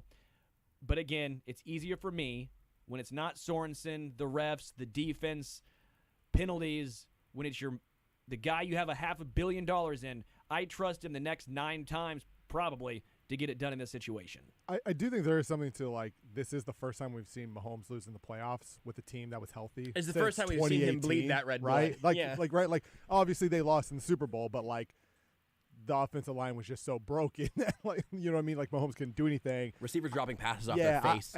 I don't remember the exact state of the roster back in 2018, but I don't remember everybody or really anybody in that game being the Chiefs having a massive injury issue. So you're talking about the first time they've lost a playoff game in 4 years where injuries weren't the factor, right? Or there wasn't really an outside source. It was just, hey, you just didn't play well. Yeah. And even that first one, I guess, right? You can sum it up to the Chiefs played well. They just went up against Tom Brady. Oh, well, the defense didn't play well. The offense played well. Tom Brady was just Tom Brady. I think I know where you're going on this already, Sterling, because of how you just laid it out, but it kind of gets you out of here on this. Does anything change for you for the 2022 and beyond Chiefs from anything that you saw? Not necessarily Mahomes category, but from the lessons learned from that game. Is there anything that is going to change for this team in your mind? I would say run the football more, which is absolutely hilarious coming from me. Right. But in certain situations, I'm not team running game doesn't matter. For the most part, I'm team running back doesn't matter. When you have an offensive line and you're ripping off 6+ yards a carry and they're dropping. And your quarterback is struggling. And they're dropping 8 dudes into coverage. Yes. To me, that was the main factor. And will Andy Reid ever do that? At some point, you have to say, a leopard doesn't change its spots, or is that a tiger doesn't change its stripes, which is even crueler because they just lost to the Bengals. Yeah, a team with literal stripes in their helmet and pants. But maybe more pass rush, maybe another wide receiver. I like the emergence of McCole Hardman in his role. Yep. He might not be traditional wide receiver 2, but in his role, he was fantastic. DK Metcalf wasn't doing that. Sarah McLaughlin wasn't doing that. Sorry, I thought I was going to let you put the punctuation on. Then I wanted to see if you guys had seen a piece of news from earlier today also that really feels like it would be relevant to you, Sterling. Sure. Did you see that the Ravens president resigned or is stepping down? Interesting. Yeah. So Ravens president Dick Cass will retire after the 18 years with the team. What's your favorite Dick Cass memory? Hearing his name. Why was everyone named Richard back in the day? Went to Dick, and now if you're named Richard, you go by like Rich or Richie. When did that happen? When was the cutoff? Now, Rudy, what's your favorite Dick Cass memory? I thought he would. Whenever he really stood on the table and was just like, "No, Bill, Lamar's not a running back. He can play quarterback." That was probably my favorite. Sashi Brown, also, by the way, he really was the hard in his stance and was like, "Nope, I'm being firm, tough, persistent. Lamar's our guy." I just hope that someday in Baltimore, the name Dick Cass is in the rafters.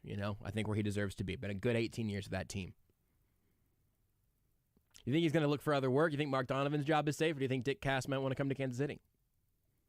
You can get him on the show. Rudy, can you call it Dick Cass? I'll see what I can do. Appreciate that. I would say president of this segment, and really in a lot of ways, our favorite Dick Cass, Sterling Holmes. You can hear him every weekday over on the Homestretch on ESPN Kansas City, 1510 AM, 94.5 FM, 3 to 4. They're back. I think we're going to have a little Josh Brisco, a little Brisco Fridays on a regular basis. We did it today. We won't do it next week. It's going to be in L.A. We'll probably do it again after that. So that's nice to have back. And it's always great to have you here with us on a little Almost Entirely Sports. Sterling, thank you for being here. Thank you, guys. Dick Cass enthusiast, Sterling Holmes, here on Almost Entirely Sports. Take the show with you wherever you go. Listen live on the Sports Radio 810 mobile app and 810WHB.com. With PatriotSoftware.com, accounting and payroll, keep your time and money. Mike Campbell here, serial entrepreneur. I started my first business in the basement of a factory over 30 years ago. We had no heat and no air conditioning. Instead of customers, our office visitors were rats, birds, flies, and snakes. Our office flooded often, and we used blankets as our...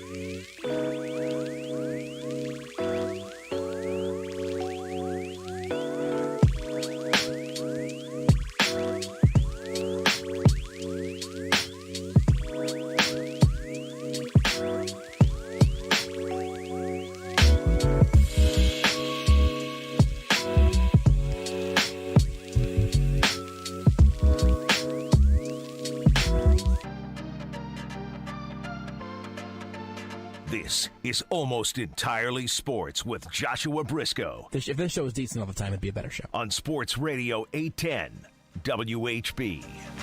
Thanks again to Sterling Holmes for joining us here tonight. Our end-of-week conversation with the one and only Mick Shaffer coming in about 20 minutes, maybe a little less, 15 or 20. We will have Mick from KSHB 41 in studio with us to round out the week the best way we know how.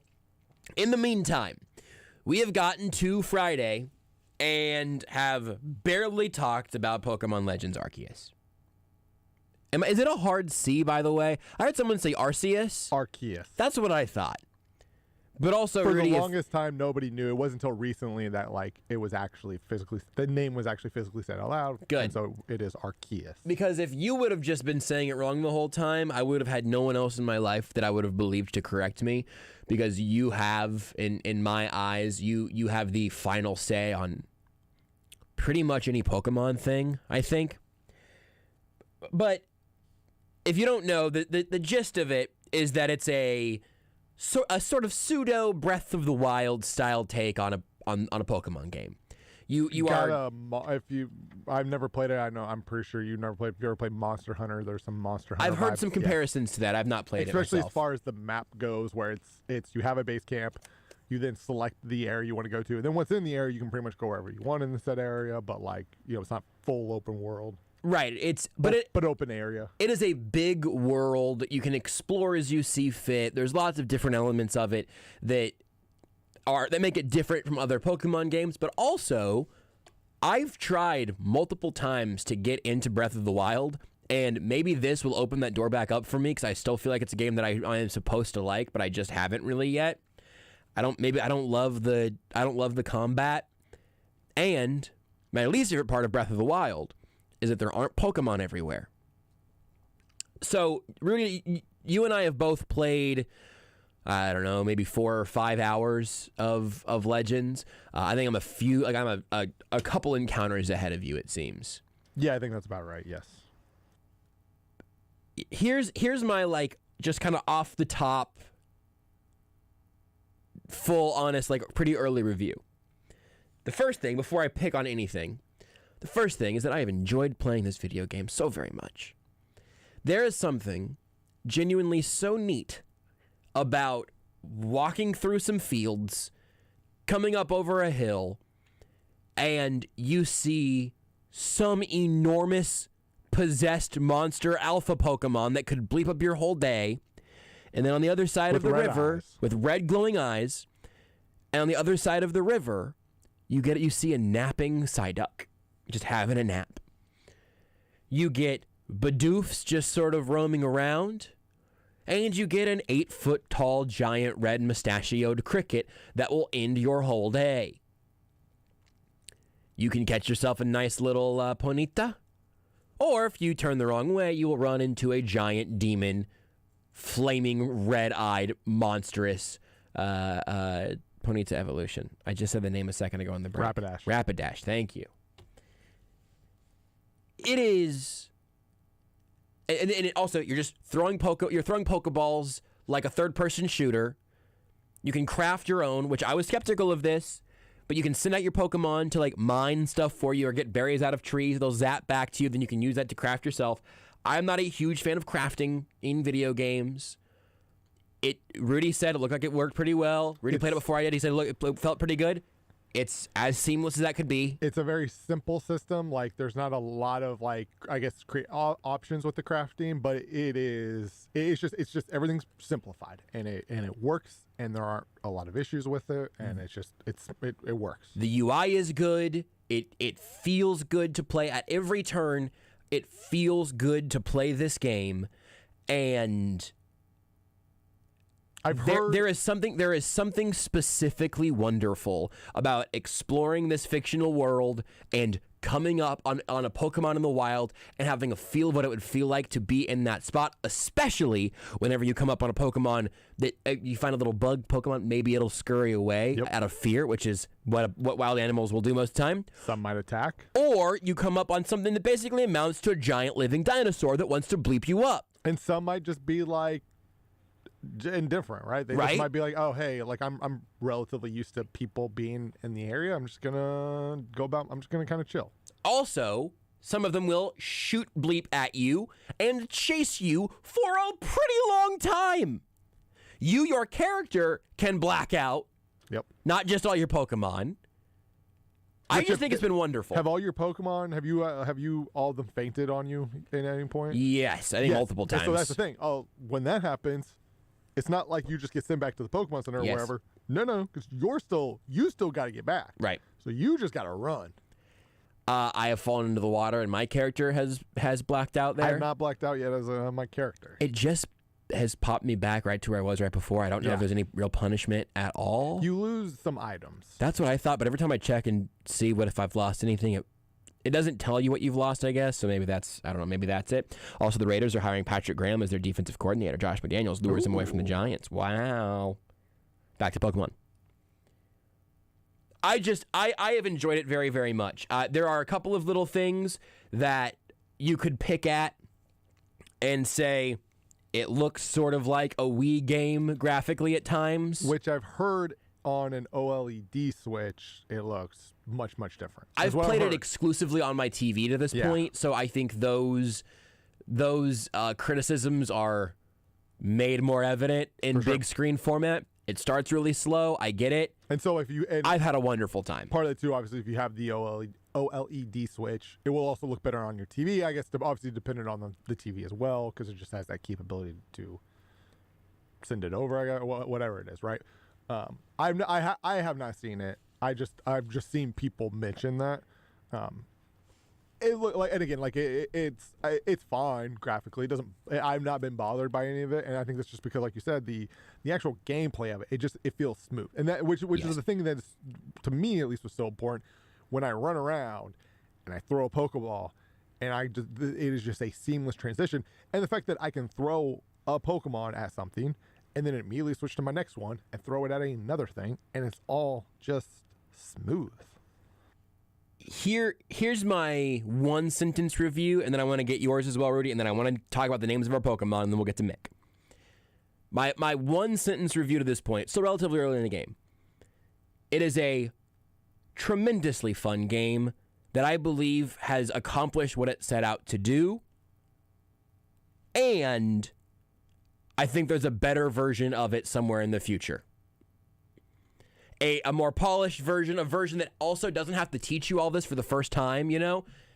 They're always going to do those just kind of Pokemon. This game spends a long time. This game takes like an hour and a half out of the gate to like hold your hand. There are some other core ones that go like an hour from what I heard. It's just, it took its time to get going full speed.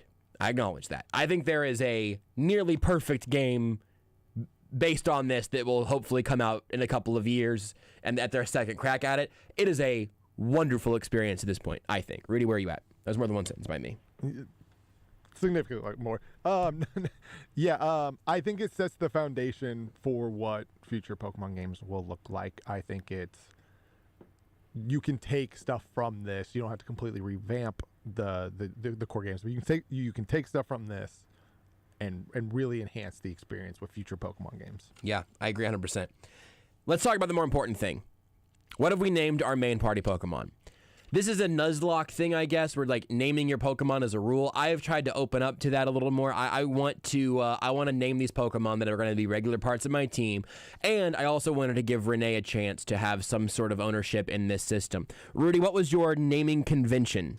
Colleges. So mascots, just general kind of colleges is what I went with for this. Run me down your list. So I've got 5 that I've named. I have a Rowlet. It's an owl. Its name is Kennesaw, which is Kennesaw State. I have a Cricketune, which is Cricket. It's Haverford because Haverford College is the only Division I cricket team. That's my favorite. I have a Luxray. It is an Egyptian animal, so I named it Saluki, which is an Egyptian dog. Monterey is my Bibarel, which is an otter. It is basically from Cal State Monterey. And then I have a little Teddy Ursa that I named Baylor. I haven't seen a Teddy Ursa yet. Here's my current I really 6. wanted the final evolution of Teddy Ursa because it's new and it looks cool, so I'm going to go with this. So I only have 5. I haven't figured out my 6th one yet, basically. That's okay. Mine's going to fluctuate. I have a spot where with some that some other Pokemon that will, be respected for their spot. In fact, I have made a couple little switches. But my main 6 that I remember off the top of my head is that I have an Oshawott named Joshua Watt. Renee has named my Ponyta Fire Pony.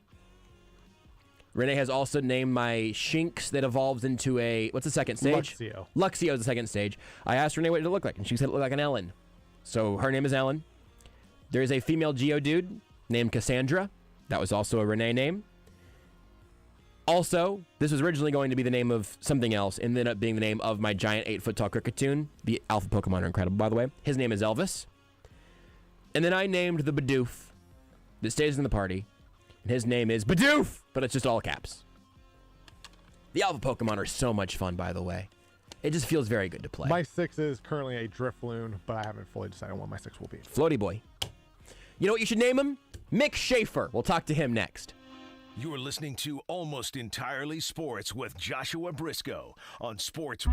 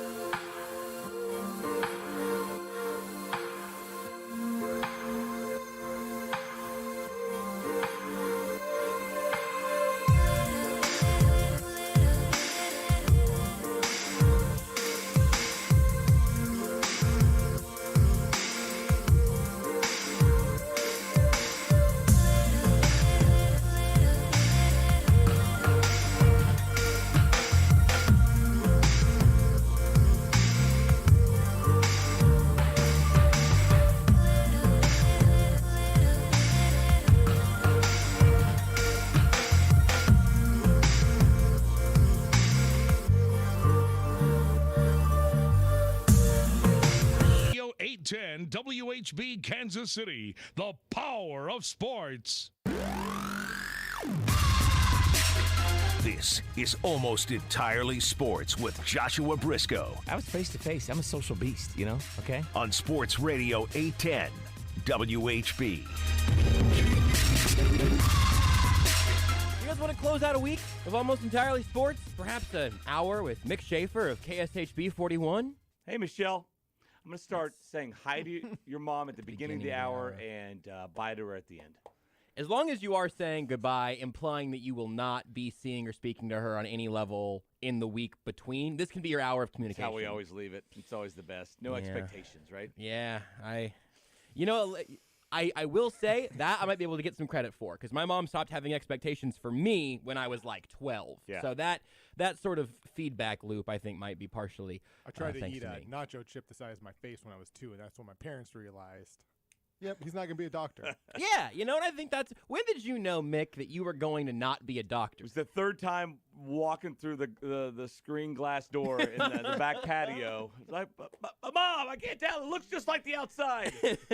That's a fun thought, Rudy, of when did your parents give up on you being something particularly intellectually special? Yeah. I mean, mine might have been mine could have been day one. I don't know. You were homeschooled. They just kept me at home. They're like, it was sort of like at some point before you went to school, they were like, you know what? Let's just keep them here. You guys know The Secret Garden, the book I think eventually turned into a movie. I know The Secret. It's just a sick kid that gets kept inside of in their house and in the garden at all times. Would have been a great reference if you guys were cultured, but since you're not, we could talk about something else. I was busy watching Groundhog Day.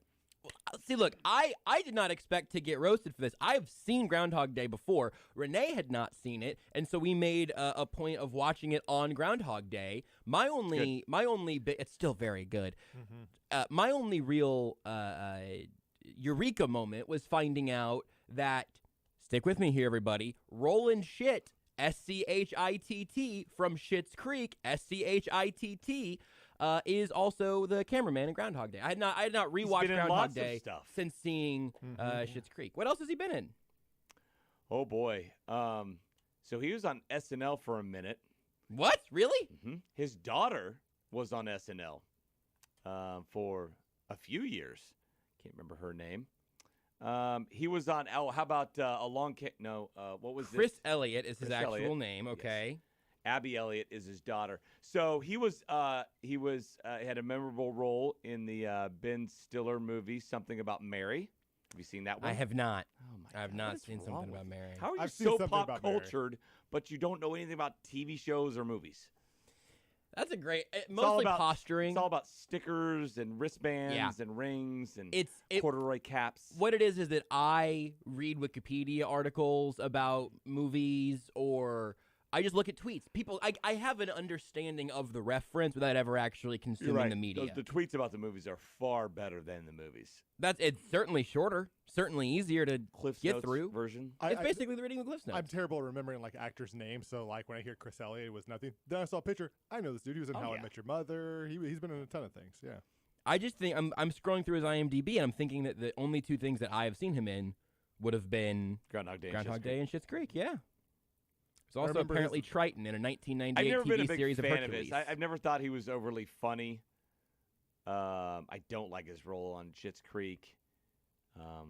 He does a lot of like physical off-putting roles. Yeah. If you've seen like Something About Mary, I think that's the one where he's got just these awful like pimples all over his face. He was in Everybody Loves Raymond for a couple of years, and I didn't know that there was a Dilbert TV series that ran from 1999 to 2000. How'd you not know that? I'm kidding. I didn't know that. But he voiced Dogbert in the Dilbert TV series. I say voiced. I'm presuming that was an animated show and not a live-action remake. Most likely. That'd be pretty his shocking. Voice from It's King of animated. the Hill. I think the first thing I probably ever saw him in was How I Met Your Mother. That was probably the first thing that I remember watching with him. You're a Groundhog Day fan, I have to think, right? Great movie. So many lines. So many kind of like cliched, funny phrases that we use now have come from that movie. A very original idea. I thought it was very funny. Great cast. Ned Ryerson? Need him those net the head. Ned, come on, buddy. Every time it makes me that makes me happy. Do you know how long he was supposedly stuck in the loop? There was a story about this recently. I remember Like seeing. how many days? Yeah. I think it was months. So an initial version of the Takes script. a while to learn piano. Yeah, it sure does. An initial version of the script, Harold Ramis said that it was planned to be 10,000 years, which at some point I think we would have seen Bill Murray descend even deeper into the darkness. Yes. That seems like too long to be alive. It doesn't take that long to like win the girl over. No. In a day. Right, you should have probably figured that out. You should have tried being a good person just by accident once over 10,000 years. You would just be so tired. You would just kind of naturally just be like a The decent first time human being. the first time he kills himself is hilarious. He's in the truck. He's got the groundhog, and they just go over the cliff. It's great. It's great. Remembering that scene was when I knew that Renee would like the movie, because just the idea of a groundhog sort of driving a vehicle, I knew was going to be a winner. There was something about movies like around that time. They loved their groundhogs. Caddyshack had That's about 10 years earlier, but yeah. Well, but that was also Bill Murray. That group of actors. That was a gopher. It's not a groundhog. Gopher. Yeah, I think I knew that. Gopher, groundhogs. This article has it estimating to about 34 years, which is still a very, very long time. Yeah. No way. That long? Yeah, there was one other number that was like still a long time, maybe 10 years. So Ramis once said Phil was trapped in Groundhog Day for 10 years, while the original plan was 10,000 years. Like, could you imagine just living the same day for enough times to equate 10 years? Like, that's seems like it would be absurd. In Puxatawney, Pennsylvania, by the way. I'm not sure if you caught on to that, but he's there for the groundhog. And you've seen it, right, Rudy? Have you seen Groundhog Day? We talked about this. What's the movie about? It's a groundhog. February 2nd. I think we've crossed this bridge. Why does nobody ever fight Rudy on this? Because I've seen enough of them. Rudy's like, oh, I've seen like 7 minutes of Groundhog Day. I don't watch Groundhog Day. It was $4 on YouTube. The full movie from start to finish. Like when I was a kid, I just don't have like a memory of watching it from start to finish. But I remember most of the scenes. But like I've watched, I bet 90% of the movies Bill Murray did. I've watched 90% of the movies that Chevy Chase did. I watched like White Stripes or Stripes, not White Stripes. White Stripes. I've watched the White Stripes live in concert. That's awesome. 1971. Is that what the year is? It's the John Belushi where they think he like make fun of Rudy. I'm gonna take my hoodie off. He like steals I don't know if he steals. It's also got Dan Aykroyd. Somehow they end up with a decommissioned army plane, and they think the Russians are attacking them or something, and then it turns out like they actually are. I have not seen that. Yeah, it's a very funny movie. Is that like Red Stripes. Dawn breaking, like yeah, comedy Red Dawn? Like a comedy Red Dawn, honestly. Yeah, that might be like the best description of it. Yeah. I've seen both Red Dawns. I saw the original one, and I saw the remake in theaters. Did you see the remake of Red Dawn? In theater.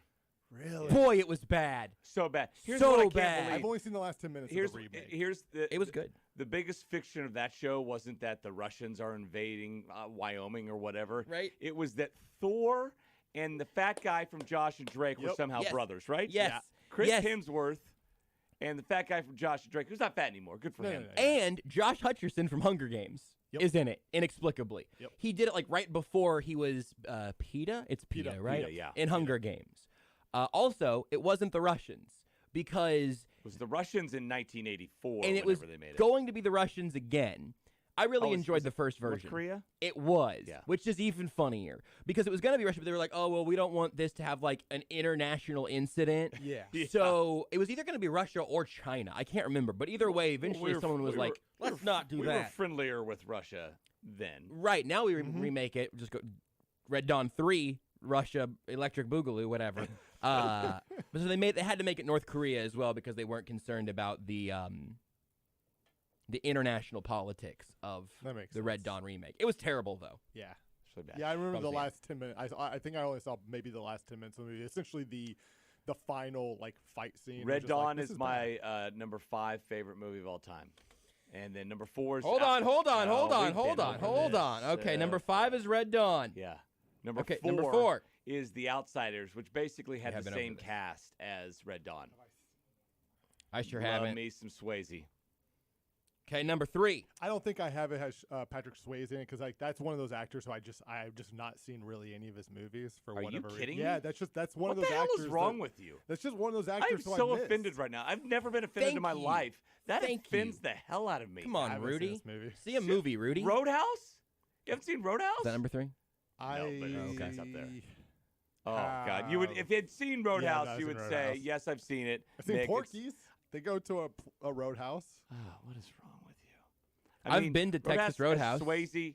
It's got Sam Elliott, and it's got. I didn't know Sam Elliott was in it, but now and I'm it's interested. got Kelly Lynch in it.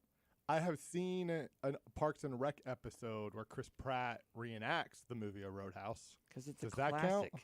Did you call it A Roadhouse? Did you say the movie A Roadhouse? He enacts the movie Roadhouse. Okay. Mick, what's your number 3 favorite movie of all time? That would be The Princess Bride. Yeah, all right. We're good here. We're good. This is Renee Anne and I have Hathaway, watched that Yep. like on an annual basis for a while now. So we're good on that front. Good. Don't need to get crushed for that. So I'm 2 out of 3 right now for movies that I've actually seen. Ready for 2? Ready for number 2. Hoosiers. Seen it. And I one would of us hope has so. seen it, and that's what matters. Oh my Seen it God. multiple It's the times. greatest sports movie of all time. Jimmy Chitwood. He Do has you- like 3 lines. Do you That's true. typically like a sports movie? Because I No. find I don't either. No. I find Every that football movie, every block or every tackle, somebody's doing a backflip. yeah. Yeah. Right? Yeah, it's like That's so whenever a stupid. car explodes, whenever it hits, speaking of Groundhog Day, car flies off a cliff and then like explodes. It's great unless you are Mythbusters and then you understand that's not how car crashes work. Right. Yeah. And then, I'm one of the few people just roll my eyes that remember the Titans because of the sports scenes and how bad the football scenes were. And that, I'm like, wait a second. It's the championship game, and they're having to kick off at the beginning of the first half and at the beginning of the second half. That's not how football works. Not how it works. Well, and it look, could. they are playing You in the botched the same toss. stadium every week, home and away. It's the same stadium. Am I the only one noticing this? And there's so many football plot holes in that one. They win a game at the end, bringing it with a few seconds left, bringing a safety blitz to cause a fumble and return it for a touchdown, and they win by 1. I'm like, what team isn't downing the ball there Yeah, in it the final? Give me a break. Remember the Hollywood. Titans. Remember You the rules. idiots. Hey, watch some football in between your stupid drama classes. Number 1, by the way, is Fletch. all We knew that have was coming. talked about this, and I've not All seen 5 Fletch. of my movies came out within 3 weeks of each other in the 1980s, okay? Have we seen collectively all 5 of these, Rudy? I've seen Red Dawn and Princess Bride. I got 2 out of the 5. Yeah, I've seen all except for Roadhouse. Or wait. That wasn't even in the top 5. That's no, okay. the Outsiders, the Patrick Swayze one. All right, yeah, so we were yeah. combined that. Patrick Swayze, Tom Cruise, Rob Lowe. Are you kidding Oh, me? I did not know. I did not know those people were in it. Emilio Estevez is in it. What about C. Thomas Howell is in it? What about Ralph Macchio? It's Like the a greatest Mach. cast ever assembled. It's got Diane Lane is in it. I'm sure we've talked about this before, but it came up last week. I think my favorite Matt 90s Dillon movie is in it. is Ooh, I like Matt Dillon. Matt Dillon was a big deal at one time. I think it's Matt Damon you're thinking No, of, Matt Rudy. Dillon. Oh, okay. I Matt Dillon, love You Mean Dupree. I think that might Wait, be. did you read the book at least, The Outsiders? My kids read that. Of course That is not. like a school I was reading. books every homeschooled, school. skipping over that. Yeah, Josh was only allowed to read the Bible. That's exactly right. I just my 3 favorite characters: Matthew, Mark, Luke, and John.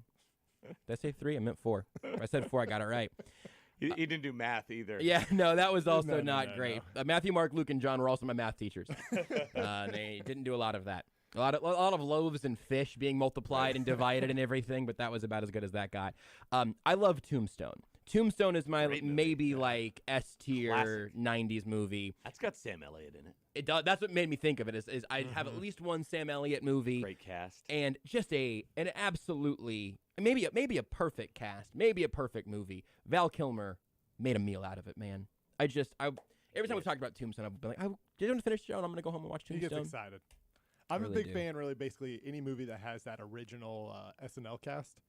Like just that, whether it's Belushi, Aykroyd, Bill Murray, Chevy Chase, like that. Those are like Spies Like Us. Seen those that? are like those are the movies I grew up on. And every now and then my dad will record. He'll see Dodge one the of them on question TV. there. He'll record it. I have seen it. Yes, Okay. He'll see one of those movies on TV, record it, and then it's like and every now and then there'll be one. Oh, like I haven't seen this one. Like it was probably a couple years ago that I saw I think it's 1971. It is a 1970 year. Pretty sure it's 1971. I was like, oh no, I haven't seen this one yet, and it's great because those guys are great. There are two distinct things we have to make time for here in this hour tonight.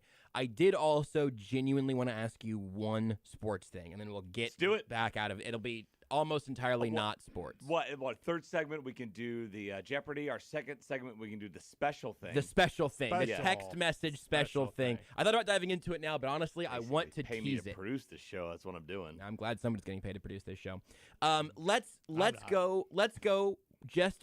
Just walk me through. We talked last week. We got to go back to, man, what was it like watching Chiefs Bills from the production truck on YouTube TV with the delay from the outside? You hear the fireworks and all of that. Yeah, I remember you saying that you're going to be back inside. And you were inside for a great first half of football. Right. And then what happened? Well, so I was inside till about the 5-minute mark, and then you got to walk outside. So then I got the YouTube experience for just the awfulness that was the final moments of the regulation, Chiefs giving up the lead, then tying it, and then getting the ball in overtime, and then that not happening. It's awful because I had learned my lessons from the week before.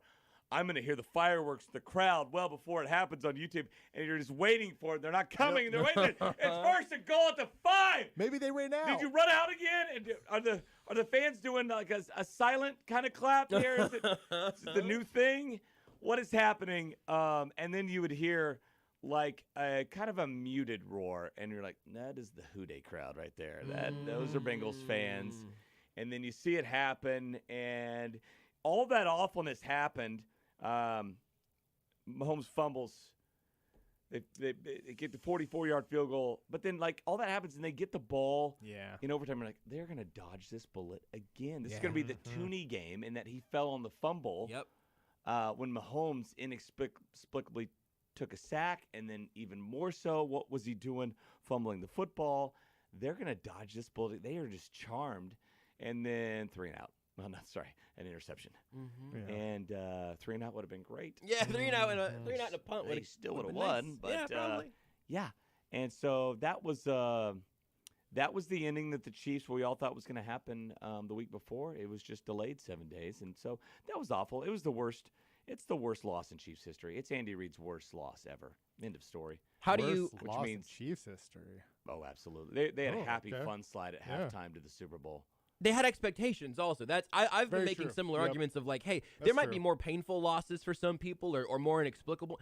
This one they had expectations. They were a touchdown favorite, and they were up significantly at halftime. Yeah, even after that drive. You're gonna get the Rams or the Niners at that point. It doesn't matter.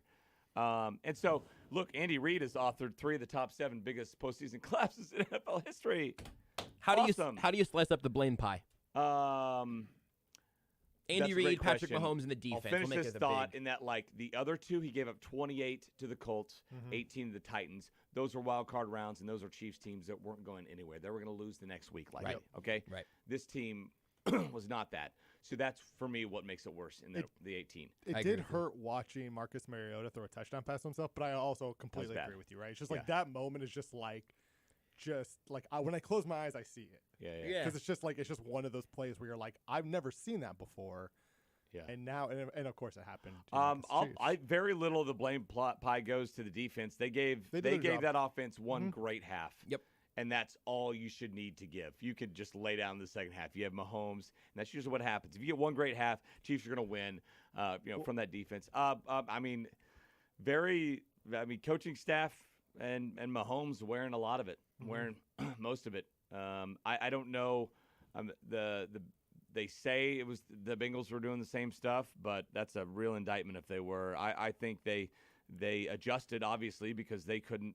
It was like the Chiefs were going against air in the first half. Zach Taylor said in post game that they did play a different defense in the second half. So, I mean, like Zach Taylor himself. It felt like but I mean, Seth went through it, and they were dropping 8 in the first half also, and the Chiefs were able to find the solution. Yeah. I'm just saying, like Zach Taylor, he did say they did different things in the second half because now his thing was, and he literally said this word for word. He was like, "Yeah, we did some things different in the second half, but it's really a pick your poison."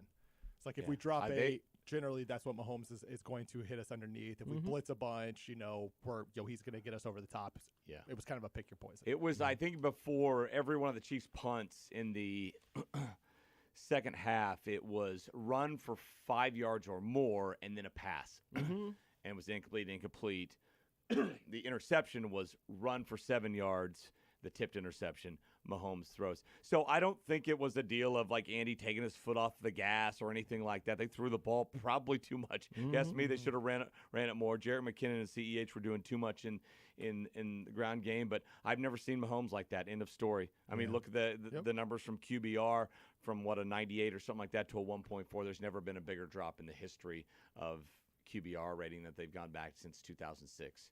It was just a colossal collapse.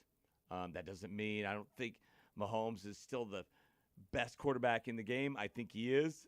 I just think he had an awful game, and there was zero sense of urgency from anyone else, namely the coaching staff, to grab the reins and realize what was happening and steer it away from the cliff. But that was the weatherman and Punxsutawney Phil going off it. I think the groundhog was just the defense. It wasn't their fault, but they were there in the crash. And grabbed the wheel. Yeah. You get some people that say, fire the groundhog handler. The groundhog got kidnapped. The defense made the play of the second half for the Chiefs in that, the Bengals had momentum. It was 21-13, right? I don't think they had tied it yet. It was 21-13, and then Snead breaks on that pass and makes the interception. All right, offense, here you go. Ball right back to you. 3 and out, punt it right back. I mean, because you even said the defense gave them a great half. I mean, they started off the second half pretty good as well. They kept giving the Chiefs offense a chance to extend, an 8 and 11-point lead. They gave up and the one touchdown drive in the second half. Yeah, you know what I mean? They were just the defense did its job. The offense just, I've genuinely never seen any offense just disappear like that. I mean, I guess I'm sure I've watched a bad offense have an amazing first half and then go back to being bad, but not a good I've never seen a good offense do that. Think about this: the Chiefs and Bengals played 4 halves of football this year, and the amount of goal line voodoo that the Bengals had on them at the end of 3 of those 4 halves, right? At the end, the last 3 halves, at the end of the first game, all the things that could have happened, it goes entirely the Bengals' way with the 3rd and 27, with the extra plays at the goal line, with the flags, with all that stuff, with the clock, with the field goal, and then at the end of the first half where you get 5 seconds left, all right, you got time to take a little pop at the end zone. If not, you kick it. No, they don't go for the end zone, and they take too much time, and they don't have timeouts. And they don't get any points. And then at the end, where the Chiefs have 1st and goal at the 5, and have to kick a 44-yard field goal. And goal. Just to send the game into overtime. Yep. Voodoo might be the best theory I've heard yet. Yeah. Goal line, end of half voodoo. So otherwise, somebody threatened Patrick Mahomes' dogs at halftime. I think that's my theory. The Illuminati got involved. Well, part of my chunk of the blame pie might be on brains because was there a concussion there? Right. I mean, he got hit hard a couple times. Were there issues there? Something we'll never find out. No one will. I mean, look, he seemed fine after the game. I'm the worst I hate when people play doctor from afar. But, I mean, we've seen this guy be so dominant. I even said after the 3rd touchdown, who's it to? McCole Hardman. I turned to young Aaron Ladd in the press box, who has seen some of the Mahomes era, but not all of it. I was like, watch out. This is maybe the best I've ever seen him. Because he had the amazing spin around in the pocket, lob to Travis Kelce for the touchdown. I'm like, this is off the charts magic. They had 42 points in each of the first 2 games. They're pacing for another 42 or more in this one. I'm like, this is the best maybe I've seen him. And then to go from that to the absolute worst we've seen him. Yeah. I'll take any and all explanations. 3 halves of him being the best he's ever been, and then 31 minutes of nightmare stuff. I like to believe it was one of 2 things, some sort of deity, of course, either Harambe or Skyline Chili. Yeah. One of those 2, if not both, were behind the Bengals. I'd forgotten that Harambe was from Cincinnati. Yeah.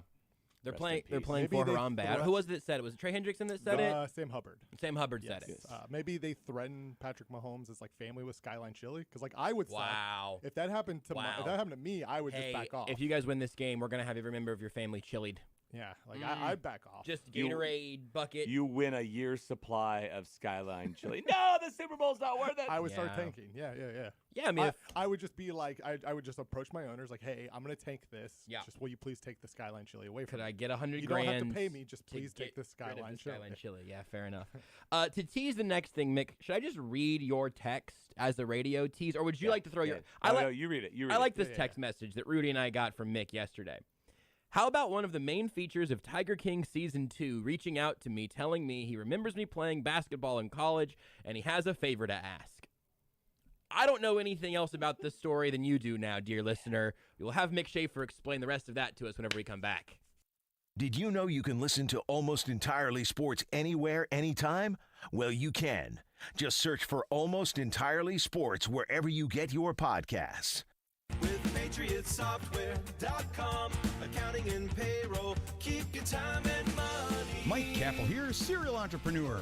We entrepreneurs are always improving our listening skills. My dad told me at age 29, Michael, you're a man now. You're about to be married. You have responsibilities. You'd be a fool to start your own business. I did what any loving son would do. I started 5 of them. I didn't listen to my dad, but I have learned to listen to my customers, which is why my 5th successful business, Patriot Software, created accounting software to help non-accountants like me keep accurate accounting records. Go to PatriotSoftware.com. Use promo code RADIO and get 2 months of accounting software free. That's PatriotSoftware.com. PatriotSoftware.com, accounting and payroll, keep your time and money.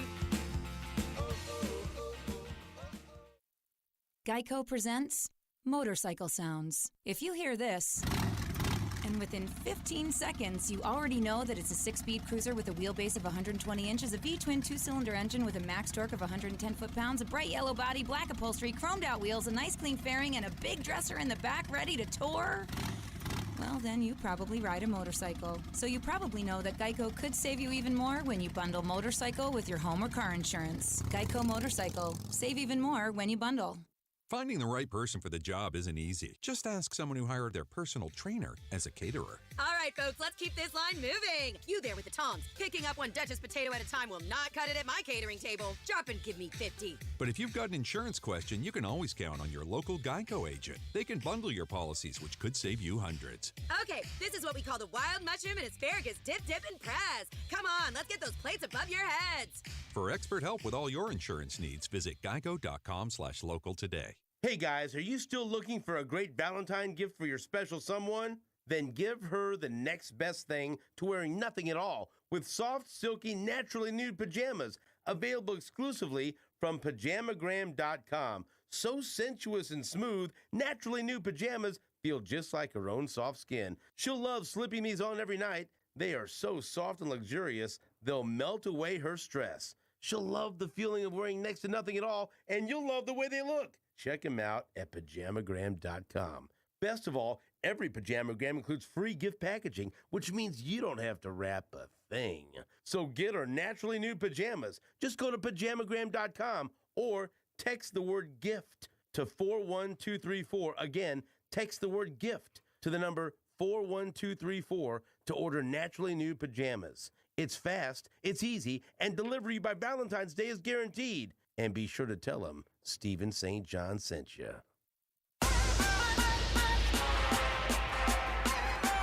This is Almost Entirely Sports with Joshua Brisco. Back in the day, it was so easy to murder somebody. They didn't have cameras all over the place. Absolutely. Nobody had phones. Nobody's tracking anybody. Like, if you got caught murdering somebody, you were just a sucky murderer. On Sports Radio 810 WHB. Another segment with Mick Shaffer, KSHB 41 here, rounding out the week. I want to get your Tiger King story here in just a second. I just wanted to read this tweet.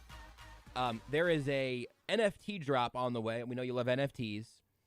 With Troy Aikman, Warren Moon, Jim McMahon, and Dan Marino. a new series called Hands of the Gods, which appears to be their handprint on footballs in paint, which as a thing, as a physical object, might be, I understand, right? But then they also NFT it. I'll let you look at the screenshot there, Mick. Yeah, give me the people involved again one more time. The only one that was funny to me was Troy Aikman. Never heard of him. Yeah, Troy Aikman getting involved in NFTs really is exciting. I think. Did he professional golfer? He played football at an arguable level. Are we sure? Yeah. Yeah, see these. The Warren Moon, Dan Marino looks like, is that Jim McMahon too? Yeah. Okay. Jim McMahon, great quarterback. You're gonna get in on this, right? The hands of the gods. Absolutely. I was talking earlier today on The Zone. They played a clip from 1994. You might have heard it by now.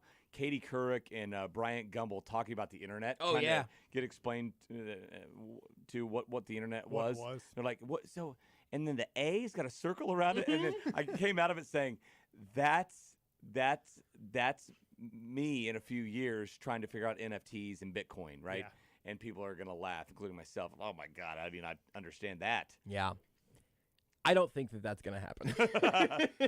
As a former NFT investor? Yeah, as a current NFT investor. I tried to get the NFL drop. I just didn't get in, you know? Well, you can lose them because they can be stolen and never tracked again, apparently. Right-click save. Right-click save as NFTs. Mick, not right-click copy? Yeah, right-click copy, right-click save as, right-click sell for food. I don't know. This is going to be the clip that brings us down in 6 years. You're probably right. Mick, I don't even know what questions to ask you without knowing more information. Please go ahead and unpack for us why and how a prominent member of Tiger King Season 2 reached out to you and needed a favor. So I'll set the scene. It's Wednesday night. I'm on set. It's like 2 minutes before I go on the commercial break between weather and sports, right? So what am I doing at that time? On my phone. Yeah, we all are, all the time. And so I look, I've got a DM request from Ripper Jack. I actually know the name Ripper Jack because I've seen Tiger King Season 2. If you've seen it, you know the name's Ripper Jack. Ripper Jack is an internet sleuth, kind of detective who takes on big cases. Well, he took on the case of Carol Baskin's missing husband, Don. And he basically the whole season embedded himself with the family. It wasn't just a keyboard warrior. He was out and out in Florida with the family and like doing boots on the ground type stuff. And so he's a prominent figure. Ripper Jack. I never knew his name or anything. So I got a DM request from Ripper Jack. So of course, right, my DMs are open. Okay. For exactly this reason, by the way. This is the reason you leave your DMs open. Yes. I'm looking at his Twitter account right now. Okay, so he reaches out. Kevin Holmes tells me some of his DM requests. We have different DM requests. Yeah. Unfortunately for me. All right, so he says, are you the same person that went to Southwestern in Winfield? I'm like, what is happening right now? Ripper Jack is asking me this. And so I have so many questions and so many comments already at this point. So I reply back, yeah, that's it. Yeah. Of course you're going to So respond. moments later, he said, that's good stuff. So you played basketball for Coach Wheatcroft, I think, which I did. My brother is B.J. Smith, who played and also coached there. And my mind is blown. He's my assistant coach. You remember B.J. Smith? Oh, yeah, he recruited me. Went to my games in Caldwell, Kansas. Perfect. I felt like he was never a big fan of me. He was just he was a gruff coach, really good basketball coach. But I hadn't thought about him in, this is going on 25 years, quarter of a century. Right. And I'd heard he'd kind of bounced around some places. And so I'm like, oh, my God, I've seen Tiger King 2. I know what this guy looks like. He's an exact replica of B.J. Smith. They've got to be twins. Sure enough, I look up Ripper Jack. I think his name is Jack Smith, Johnny Jack Smith. And they're brothers, like he said. And I said, wow, that's a lot. Yeah, BJ recruited me to Southwestern.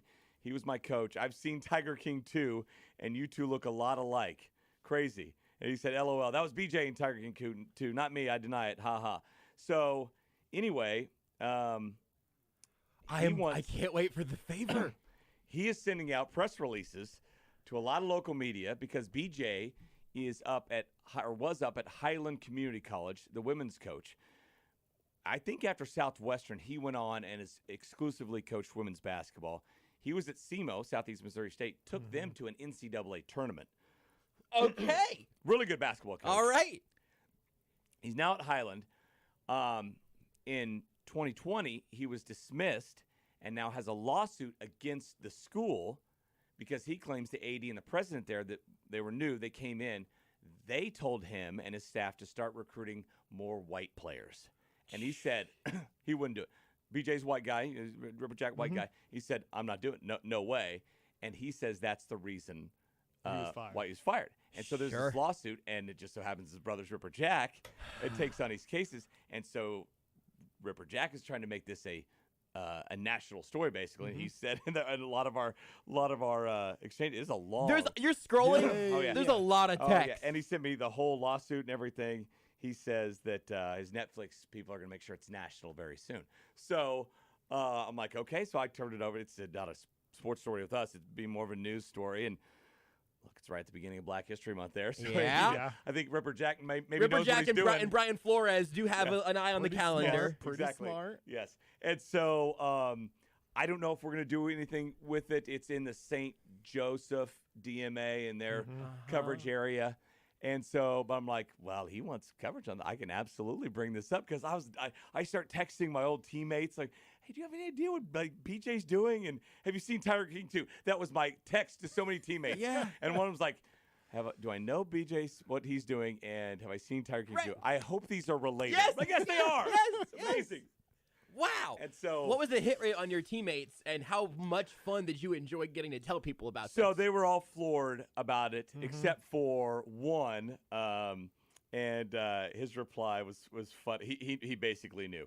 I didn't even have to tell him. And because I had said, hey, 2 questions. Do you know what BJ Smith is up to? And have you seen Tiger King 2? And then he goes, last name BJ. Not coaching and not sure what he's doing. I've seen his brother on Tiger King. Okay. He's a big internet guy, causing a lot of noise with Carroll and Highland College. So he knew about that. Wow. So are we going to see, like, soon on Netflix, Highland King, Mick Shaffer? I think so. Like, it's so funny because that seems like the right next step. Tiger King 3 actually has something to do with Tiger. Well, it's just about Highland Community College and Mick Shaffer's. At one point, I said, how did you find me?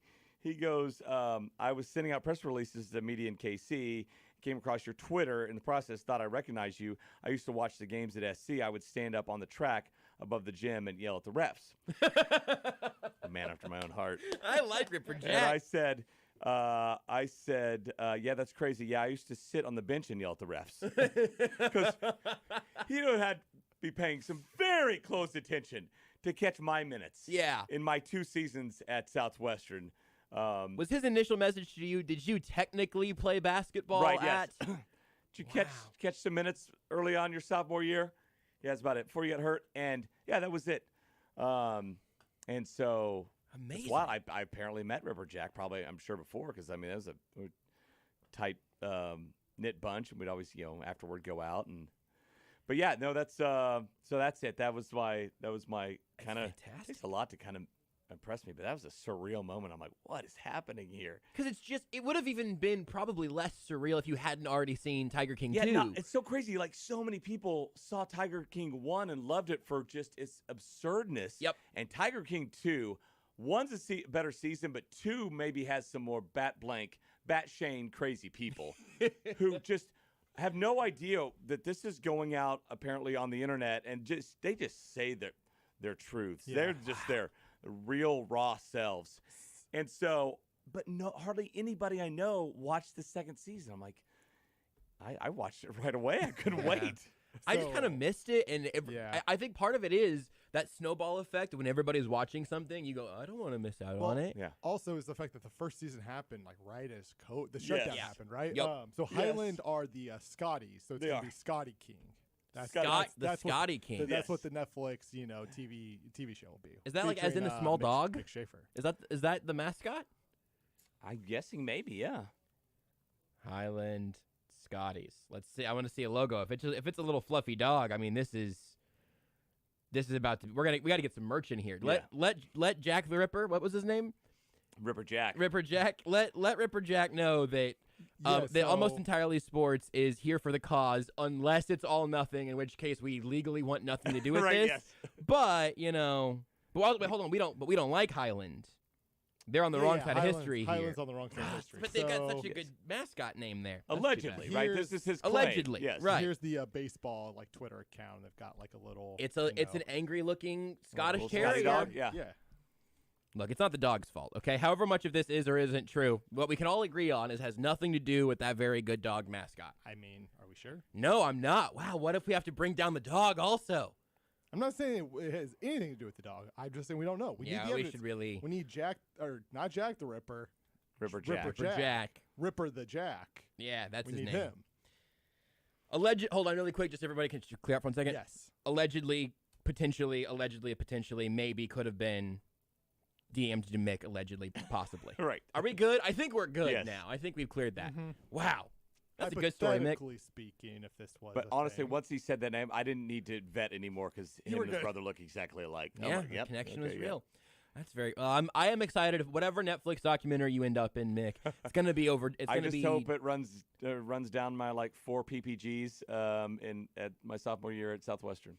You said that phrase in a way that I started hearing about running PP, and it was eventually it processed, but as long as they get your running PPGs, then I understood. Do you want to do some? You want to do some Jeopardy? Absolutely. When do I not? Never. Rudy, you want to do some Jeopardy? Yeah. Doesn't matter. I'm gonna wipe the floor with Rudy next segment. We'll do that and close out the week with a little bit of. We got to get a pun. A little Mick Shaffer Jeopardy. Jeopardy Mick. Jeopardy King Mick Shaffer. There you go. We'll Jeopardy workshop King. it during the break. Yeah, we'll do that whenever we come back.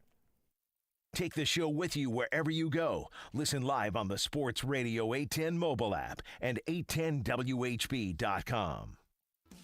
Hen House is your Valentine's one-stop for everything roses. Get the freshest dozen large rose bouquet that is available for that special person in your life. Several colors to choose from. If you have a special request, Hen House has trained floral designers that are eager to create that unique design just for you. If you need a prepared dinner for that special person, Hen House's Delicatessen offers the Valentine's Day dinner for two. Everything you need to make this Valentine's special can be found at your local Hen House market. This is Chad with 810. Losing weight sucks. At least it did before I got help from Shaman's Leewood Total Wellness. I met with Dr. Kapoor, and he's got me on a program that's finally working. I'm not hungry, I'm not cranky, and I've lost over 20 pounds in just 6 weeks. Their team is easy to work with, and it's not just a pill, it's weight loss coaching, and it works. Check them out at shamantotalwellness.com or call 913-227-9150. Remember, life is better with the feather. Over 35 years ago, Wholesale Batteries opened their doors and sold their first battery. Times have changed, but their commitment to customer service is the same. The commitment they made back in 1977 stays true today. Wholesale Battery is one of the largest distributors of motorcycle batteries in the country. Stop in for anything you need for your motorcycle. They also have you taken care of for all your lawnmower needs, laptops, ATVs, power sports, computer backups, cell phones, portable electronics. When it comes to batteries, these guys have it all. Call 913-342-0113 or at wholesalebatteries.net. The right battery the first time. With PatriotSoftware.com, accounting and payroll, keep your time and money. Mike Capel here, serial entrepreneur. Doing payroll is no longer a headache for our customer, Jeff. I've used various payroll providers in the past, and none can hold a candle to Patriot Software. Their software is ridiculously easy to use. The support staff is knowledgeable and courteous. I am very excited that Patriot Software files my tax forms for me, not just providing the forms like other payroll companies do. As a business owner, managing payroll has been a long-time headache that I no longer struggle with thanks to Patriot Software. I definitely rate your company 5 out of 5 stars. Go to PatriotSoftware.com to get your payroll pricing for up to 100 employees. Use promo code RADIO and get 2 months of payroll processing free. That's PatriotSoftware.com. PatriotSoftware.com, accounting and payroll, keep your time and money.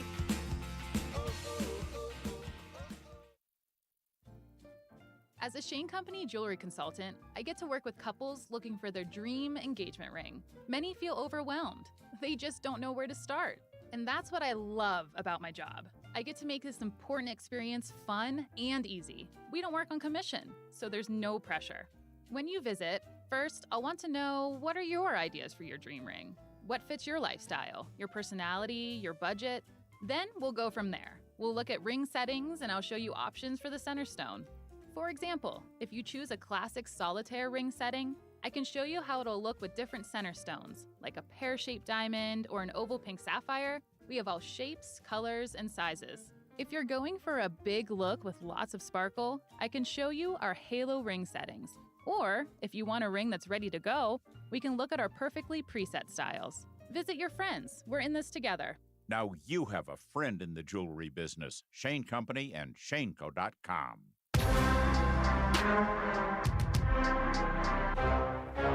This is Almost Entirely Sports with Joshua Brisco.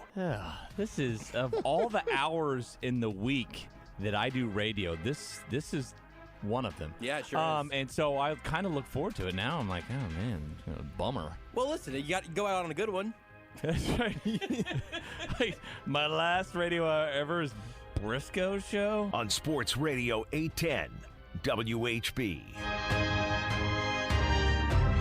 Jeopardy King Mick Shaffer. That's as good as we could get. We never came up with a good, free-flowing pun. Almost entirely Jeopardy with your Jeopardy King, Mick Shaffer. 3 full minutes.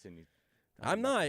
I need a long time to. People don't know this, but this show is immaculately scripted out ahead of time. I start writing this show at 7 a.m. every day, and I just pray to God that I'm ready by 7 p.m. Yeah. It's a lot of work. Even the like the overtalk and everything. It's like an Aaron Sorkin movie. Yep. Every There's a teleprompter right here. Yeah, and it's just we all have our own teleprompters, and you'd think the show would be better, but I'm not a very good writer. Mick, let's do it. Let's do the Jeopardy. What are our categories today? We have politics. We have pop culture. We have Kansas City. Right now, the record, myself versus Rudy. We've played 3 times. We are 1-1-1. Yep. I've won 1. He's won 1. We've tied once. Are these our last 3 categories has on lost your 3 times. on your current sheet, or do we have another? This could be it theoretically. How many categories do you have after these 3, Mick? Are we done? Well, there's more categories. Some are like neighborhood categories and personal, school, all that stuff. I think we could trips do we went well on, with those. stuff like that. I think we would do well. You'd be great with those, yeah. All right, so this could be the end of this bit. I wonder if we've done Kansas City yet. It feels familiar. Maybe not. We'll see. Tell you what, it'd be funny if we still don't get them right, if that's the case. Would be.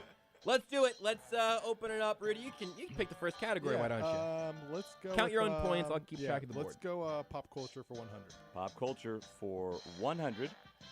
In 2021, Nicki Minaj said the COVID vaccine caused these on her cousin to swell. Josh. Testicles. What are testicles? That's right. Early on. Sorry, I'm not going to make that mistake again. Let's do pop culture for 200. The royal split, racism, and family struggles were all topics Harry and Meghan revealed in an interview with her in 2021. Ooh, who was the interview with?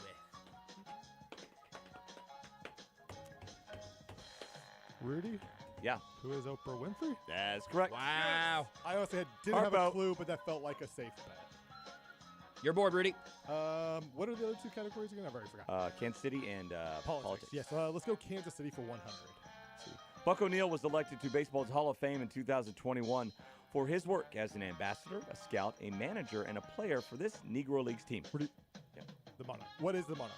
Right. What is the Kansas City Monarchs? We haven't had that one? No. I think we're Yeah, fresh we have not had that territory. one, I wasn't sure what that was a winding road. It was. We're like, oh, was I ready for a Buck which O'Neil part am I question? going to ask about? Yeah. Let's go Kansas City for 2. The year 2021 saw over 160 of these in Kansas City, the second most ever in the city.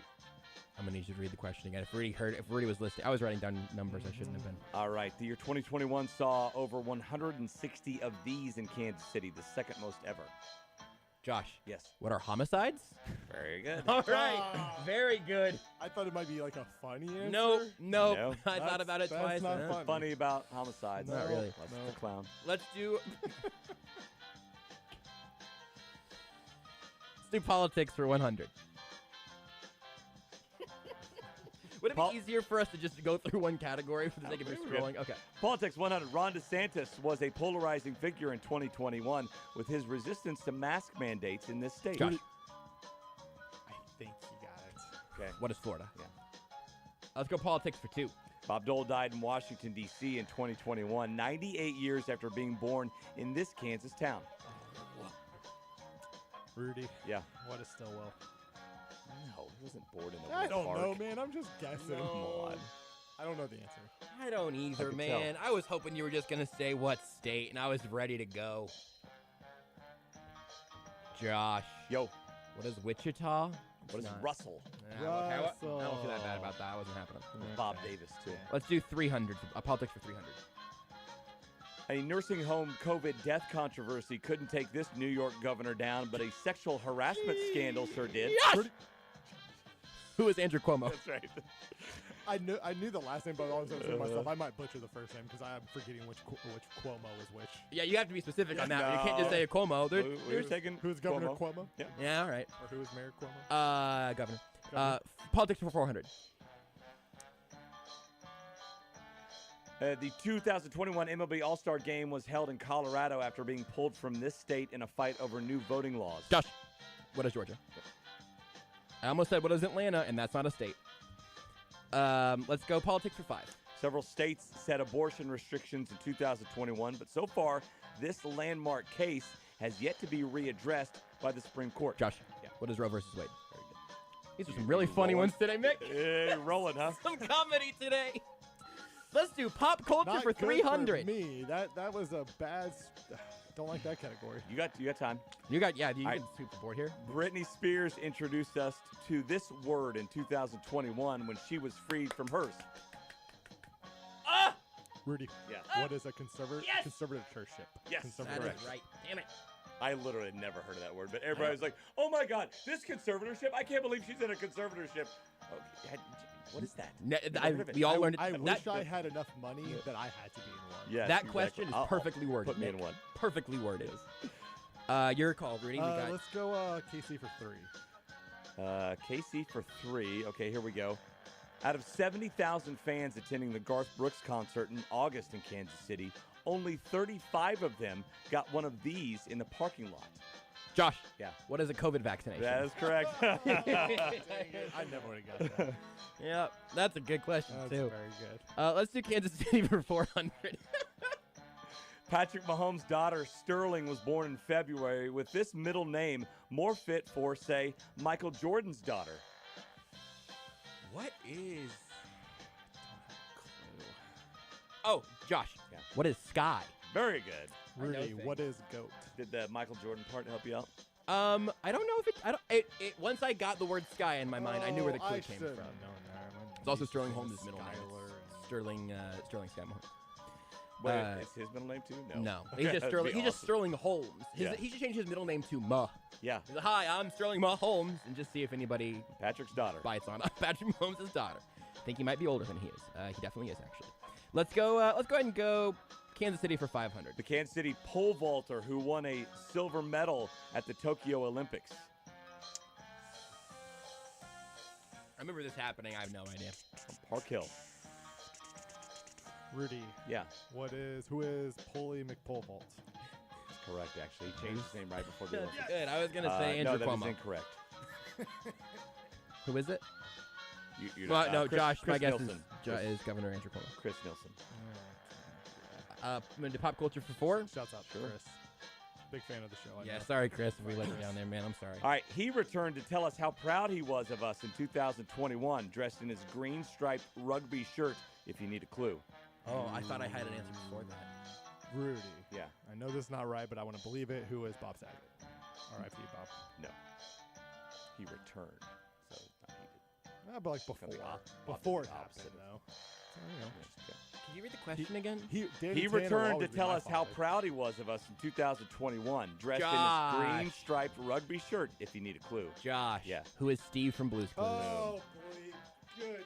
I thought that was going to be in your guys' roundhouse. I was thinking about Tom Hanks. I bet I for some watched reason. every episode of Blue's Clues that he was on. How did I forget this? Yeah, that's... I even said clue, the rugby shirt. If you needed a clue, it's a good. You're good at the question writing, Mick. You're good at this. This question is gonna be so far is by far the question I missed the worst. That's gonna haunt me. What are we doing now? Pop for 5, and then Final Jeopardy time. Yeah, pop for 5. Okay. Bernie Sanders supplied maybe the meme of the year when he was bundled up with a mask, coat, and mittens, sitting cross-legged at this event. Josh, Yeah. what was the presidential inauguration? That's correct. Boom. Do we not have any more? Math here. No, those That's are all all of 3 them? categories. Rudy I has have 600. 600. Not good. I've got 3, 4, 5, 6, 7, 11, 16, 19, Whoa. 23, 27, 32. Not my best. 100. I'm going to risk it all in the I'm sorry, 32, 32. Yeah, 3,200, not 32,000. I almost gave myself an extra I zero gotta there. find a final Jeopardy. Not my best. You want to put it? You're gonna probably bet it all. You don't have to say that, Rude. You don't have to. I guess we get the category first. Oh, I got this one. Okay, literature. I'm gonna go ahead and put down 999. I think, right? Does that get? If I lose that, I'll still have one more than Rudy at doubling. So that's. No, he's got 600. He has 600. I have 3,200. You can no, bet I a could lot more put down. than I could put down 900, dude. 2,000. Come on. Sorry, I could put down 1999. 1999. Yeah. That'll be my. That's gonna be my bet there. You ready for this one? What? Yeah. What is the category? Literature. Literature. Okay. As cancel culture continues to soar, this author's works can be published no more. How about that for a question? I mean, you have it, Rudy. I think so. Uh-oh. Yeah. There's been a handful of You got to know Mick. You got to know what Mick's doing in these Jeopardy streets, man. I'm ready. We can try to say it at the same time. Well, no. Rudy, I don't trust Rudy Okay, knowing that's it here. fine. That's Rudy's in last, so you got to go first. Rudy, do you have an answer? You did a rhyme, which makes me think, who is Dr. Seuss? That is correct. I wrote down who is Dr. Seuss. Because when you first said cancel culture writer, in my head, I'm like, J.K. Rowling, of course. She's just a bad person, we think. Do we think? I think so. Dr. Seuss is dead. I mean, like, do we think, though? I think we know. I think Rudy's going to lash out at others for the remainder of maybe the entire weekend, really, because that was a throttling right Not there. great. I should have put it all down. I should have doubled up. That's still, you know what it only counts for? Only counts for 1 win. And so right now, I'm just up 1 on Rudy in the grand scheme One of... fish, 2 fish. Yeah. Every fish. Thought the rhyme would give it away. Yeah, it was great. You found your real calling, Mick. You should stop doing television. You should go be the host of Jeopardy. Yep. Should. I don't know why they Better won't than call Blossom. you. Better than who? Blossom. Who's I don't know who Blossom is. She hosts it now. Mayim Bialik. Is she the full-time host? Oh, she's hosting it right now. Okay. I think it's. I don't think they have a full timer yet because Charles Davies, who's Minute Blazers, I think also does some of it. Charles Davis, I think, is Charles an NFL analyst. Yes. But Davis, his last name's Davis. I forget his first name. I don't Chili? remember. Point blank, he's one of the Minute Blazers. Well, this show I really felt like had some high highs and really, really sputtered out at the end. No fault of yours, though, Thank you. Mick Shaffer. Thank Thanks you for for having being me. here. And I'm going to unplug my headphones so I don't have to hear whatever happens. Bye, Michelle.